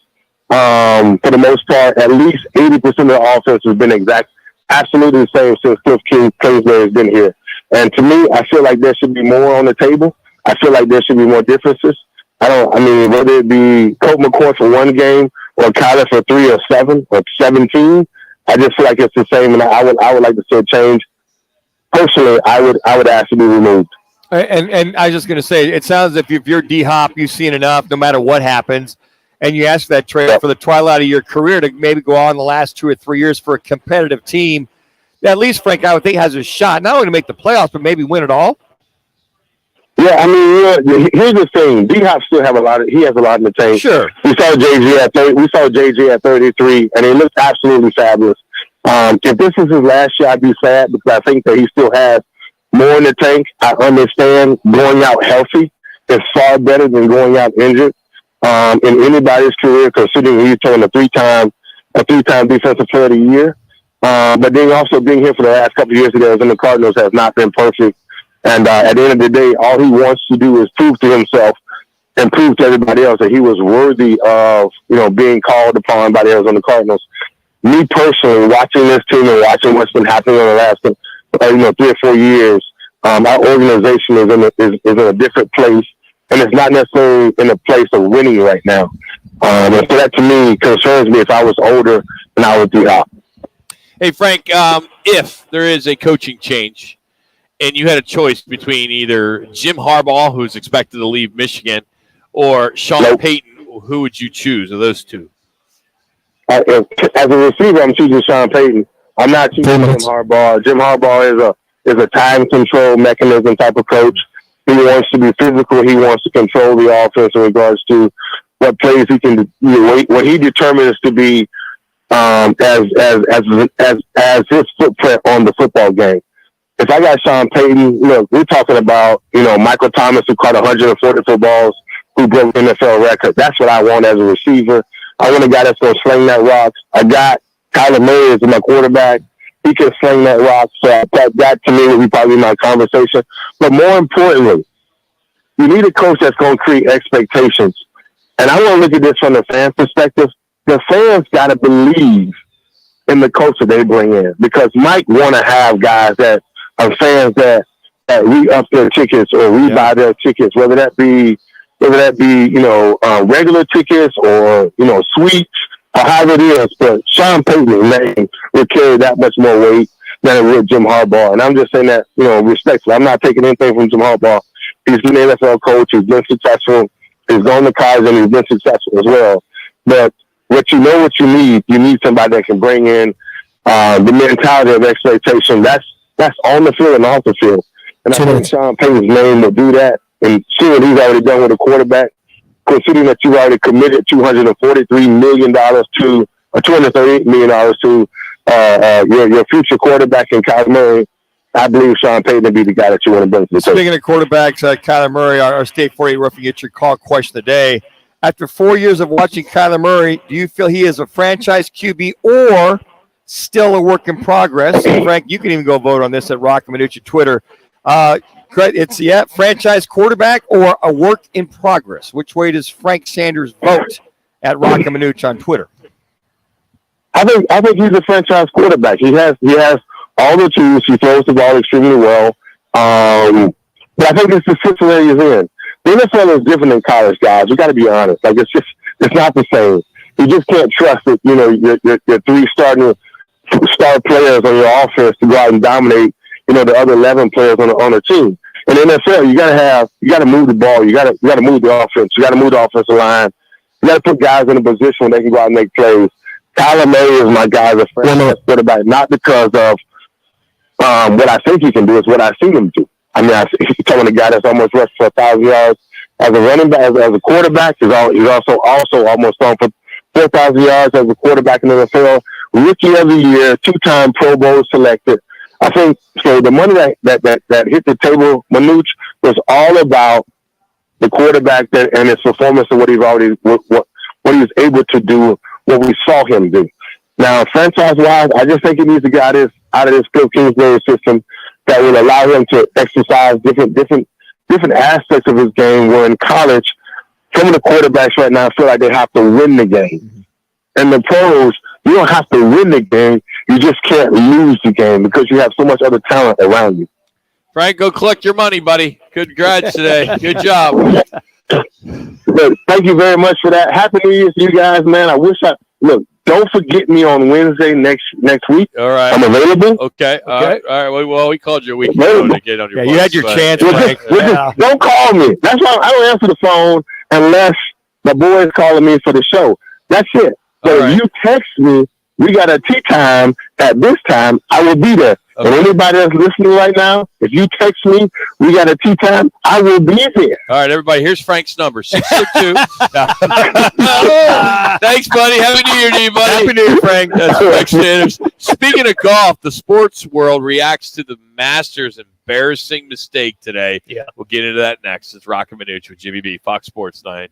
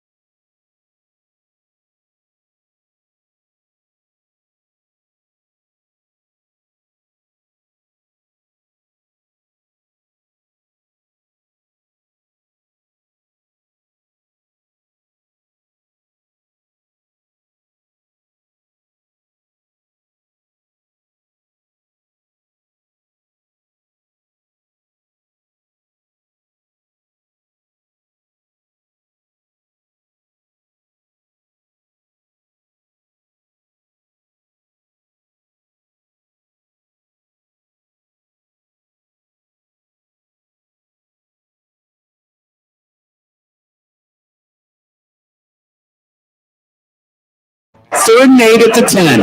Harris, number 10, takes a snap. Pump fake, pulls it down, throws left, back in the end zone, and the ball is gone. Back in the end zone. 6-4 wins through the pass. Ohio wins. Tyler Foster took the ball. There you have one of the greatest moments in the Ohio University football history. Big win in the Barstool Bowl game on Friday. One of the greatest moments never heard. That's the problem. Yeah, or seen. Correct. Barstool just, it's a good product, good digital platform, but I'm sorry. Not for that. You couldn't watch it in a bar because, the bars have to have access to for the digital aspect of it. They have to download the app on the smart TVs. It was a pain in the ass. Absolute pain in the ass. But you won. You got to like that. Your Bobcats won. No question. Be Wyoming. Hey, the Masters made a hilarious mistake over the weekend. As the tournament, of course, is in April, they sent out an invite to Scott Stallings. However, they sent it to the wrong one, the wrong Scott Stallings. And how Scott found out about it, the PGA Scott Stallings, was a Instagram direct message. And here's what it said. It said, "Hey, Scott, my name's Scott Stallings as well, and I'm from Georgia. My wife's name is Jennifer, too. Her whatever address is this. We have a condo at blank. I received a FedEx today from the Masters inviting me to play in the Masters tournament on April 6th to the 9th, 2023. I'm 100% sure this is not for me. I play, but wow, nowhere near your level. It's a very nice package, complete with everything needed to attend. I think we have some confusion because our names and our wives' names and geographic location are the same. I can be reached at blank, and I'm more than happy to send this package to you." That's great. And Scott Stallings been looking for his package for like the last 3 or 4 weeks. 5 times a day he was checking his mailbox. And he gets a random direct message on Instagram. How great is that? I just hope that the other Scott Stallings gets passes. Absolutely. So he can be a patron at the Masters. Whoever goofed on that one, you want to get away? Yeah, you want to get away. you go. Even if you tried, your flight would be canceled. Let's get to what's on tap for tonight. What's on tap? Powered by 72 Soul. A look at the top sports action tonight on TV. Get our price, a higher price at 72soul.com. Probably can see a replay of the Suns if you want to watch it. The Valley's going to play that again. Yeah, they will. They lost today 102-83 in Madison Garden in New York. But the top spot in the AFC still up for grabs. So the Bills will be in Cincinnati to take on the Bengals. It's the final Monday night matchup. Hopefully come on down here to Casino, Arizona, the CAZ Sports Bar to watch it. As Josh Allen on the Buffalo side, he's over 4,000 yards passing, 32 touchdowns in the air. Joe Burrow on the other side, he's having a great year, over 4,200 yards, 34 touchdowns. And this should be a good one tonight as Buffalo comes in 12-3. Cincinnati is one game behind at 11-4. Game time, 6:30 here on ESPN. So there you have it. That's what's on tap. Tomorrow, we will be in studio at the iHeart Radio studio, so we'll be there tomorrow. But that's what's on tap. Hey, our State 48 Rough and Get Your Call question of the day. After 4 years of watching Kyler Murray, do you feel he's a franchise QB or Jimmy a work in progress? Just go to @Roc and Manuch. You can vote. So far, franchise quarterback is at a resounding 7.1%. Whoa. The work in progress, people have spoken 92.9%, almost 93% still feel Kyler Murray is a work in progress. I feel the same way. I've not seen a franchise quarterback in him on a consistent basis after 4 years. Often injured, he's up, he's down. I just don't see a franchise QB unless a new coach can make him that franchise QB. Let me go back to what Frank Sanders talked about, where he said he needed a change in the offensive philosophy. And if he got that change in the offensive philosophy, Frank thought that he would really take off. Are you buying that? Yet to be seen. I still think it's a work in progress. I mean, I've seen so many other guys that are second, third year guys. I think of Jalen Hurts, how well he's come in, and he's got the same ability, right? But he's having success from the pocket, rolling out, running. He's having complete success. He's a franchise guy for Philadelphia.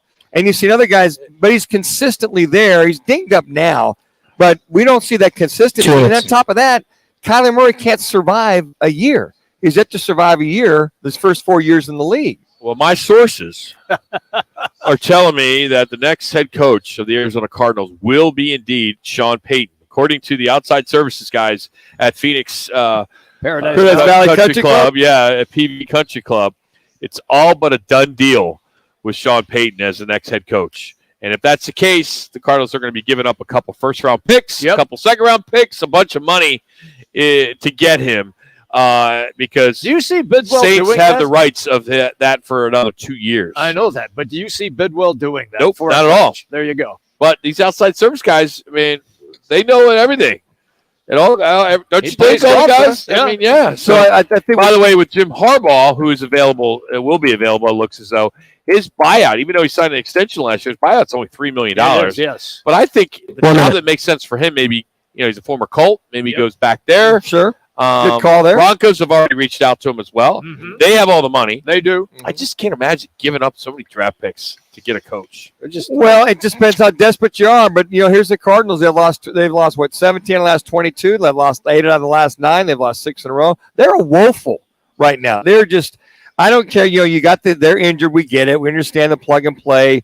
You got to have a better GM. You got to have a better situation of strategy, depth, all the above. I don't think Harbaugh's a bad hire. I mean, it's 44-19 as an NFL coach for 4 years. There you go. Yeah, he can't win a bowl game. He's 1-6 in bowl games.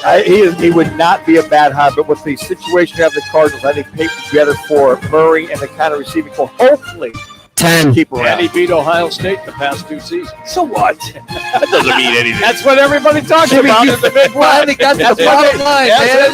That's all that matters. Have a good night.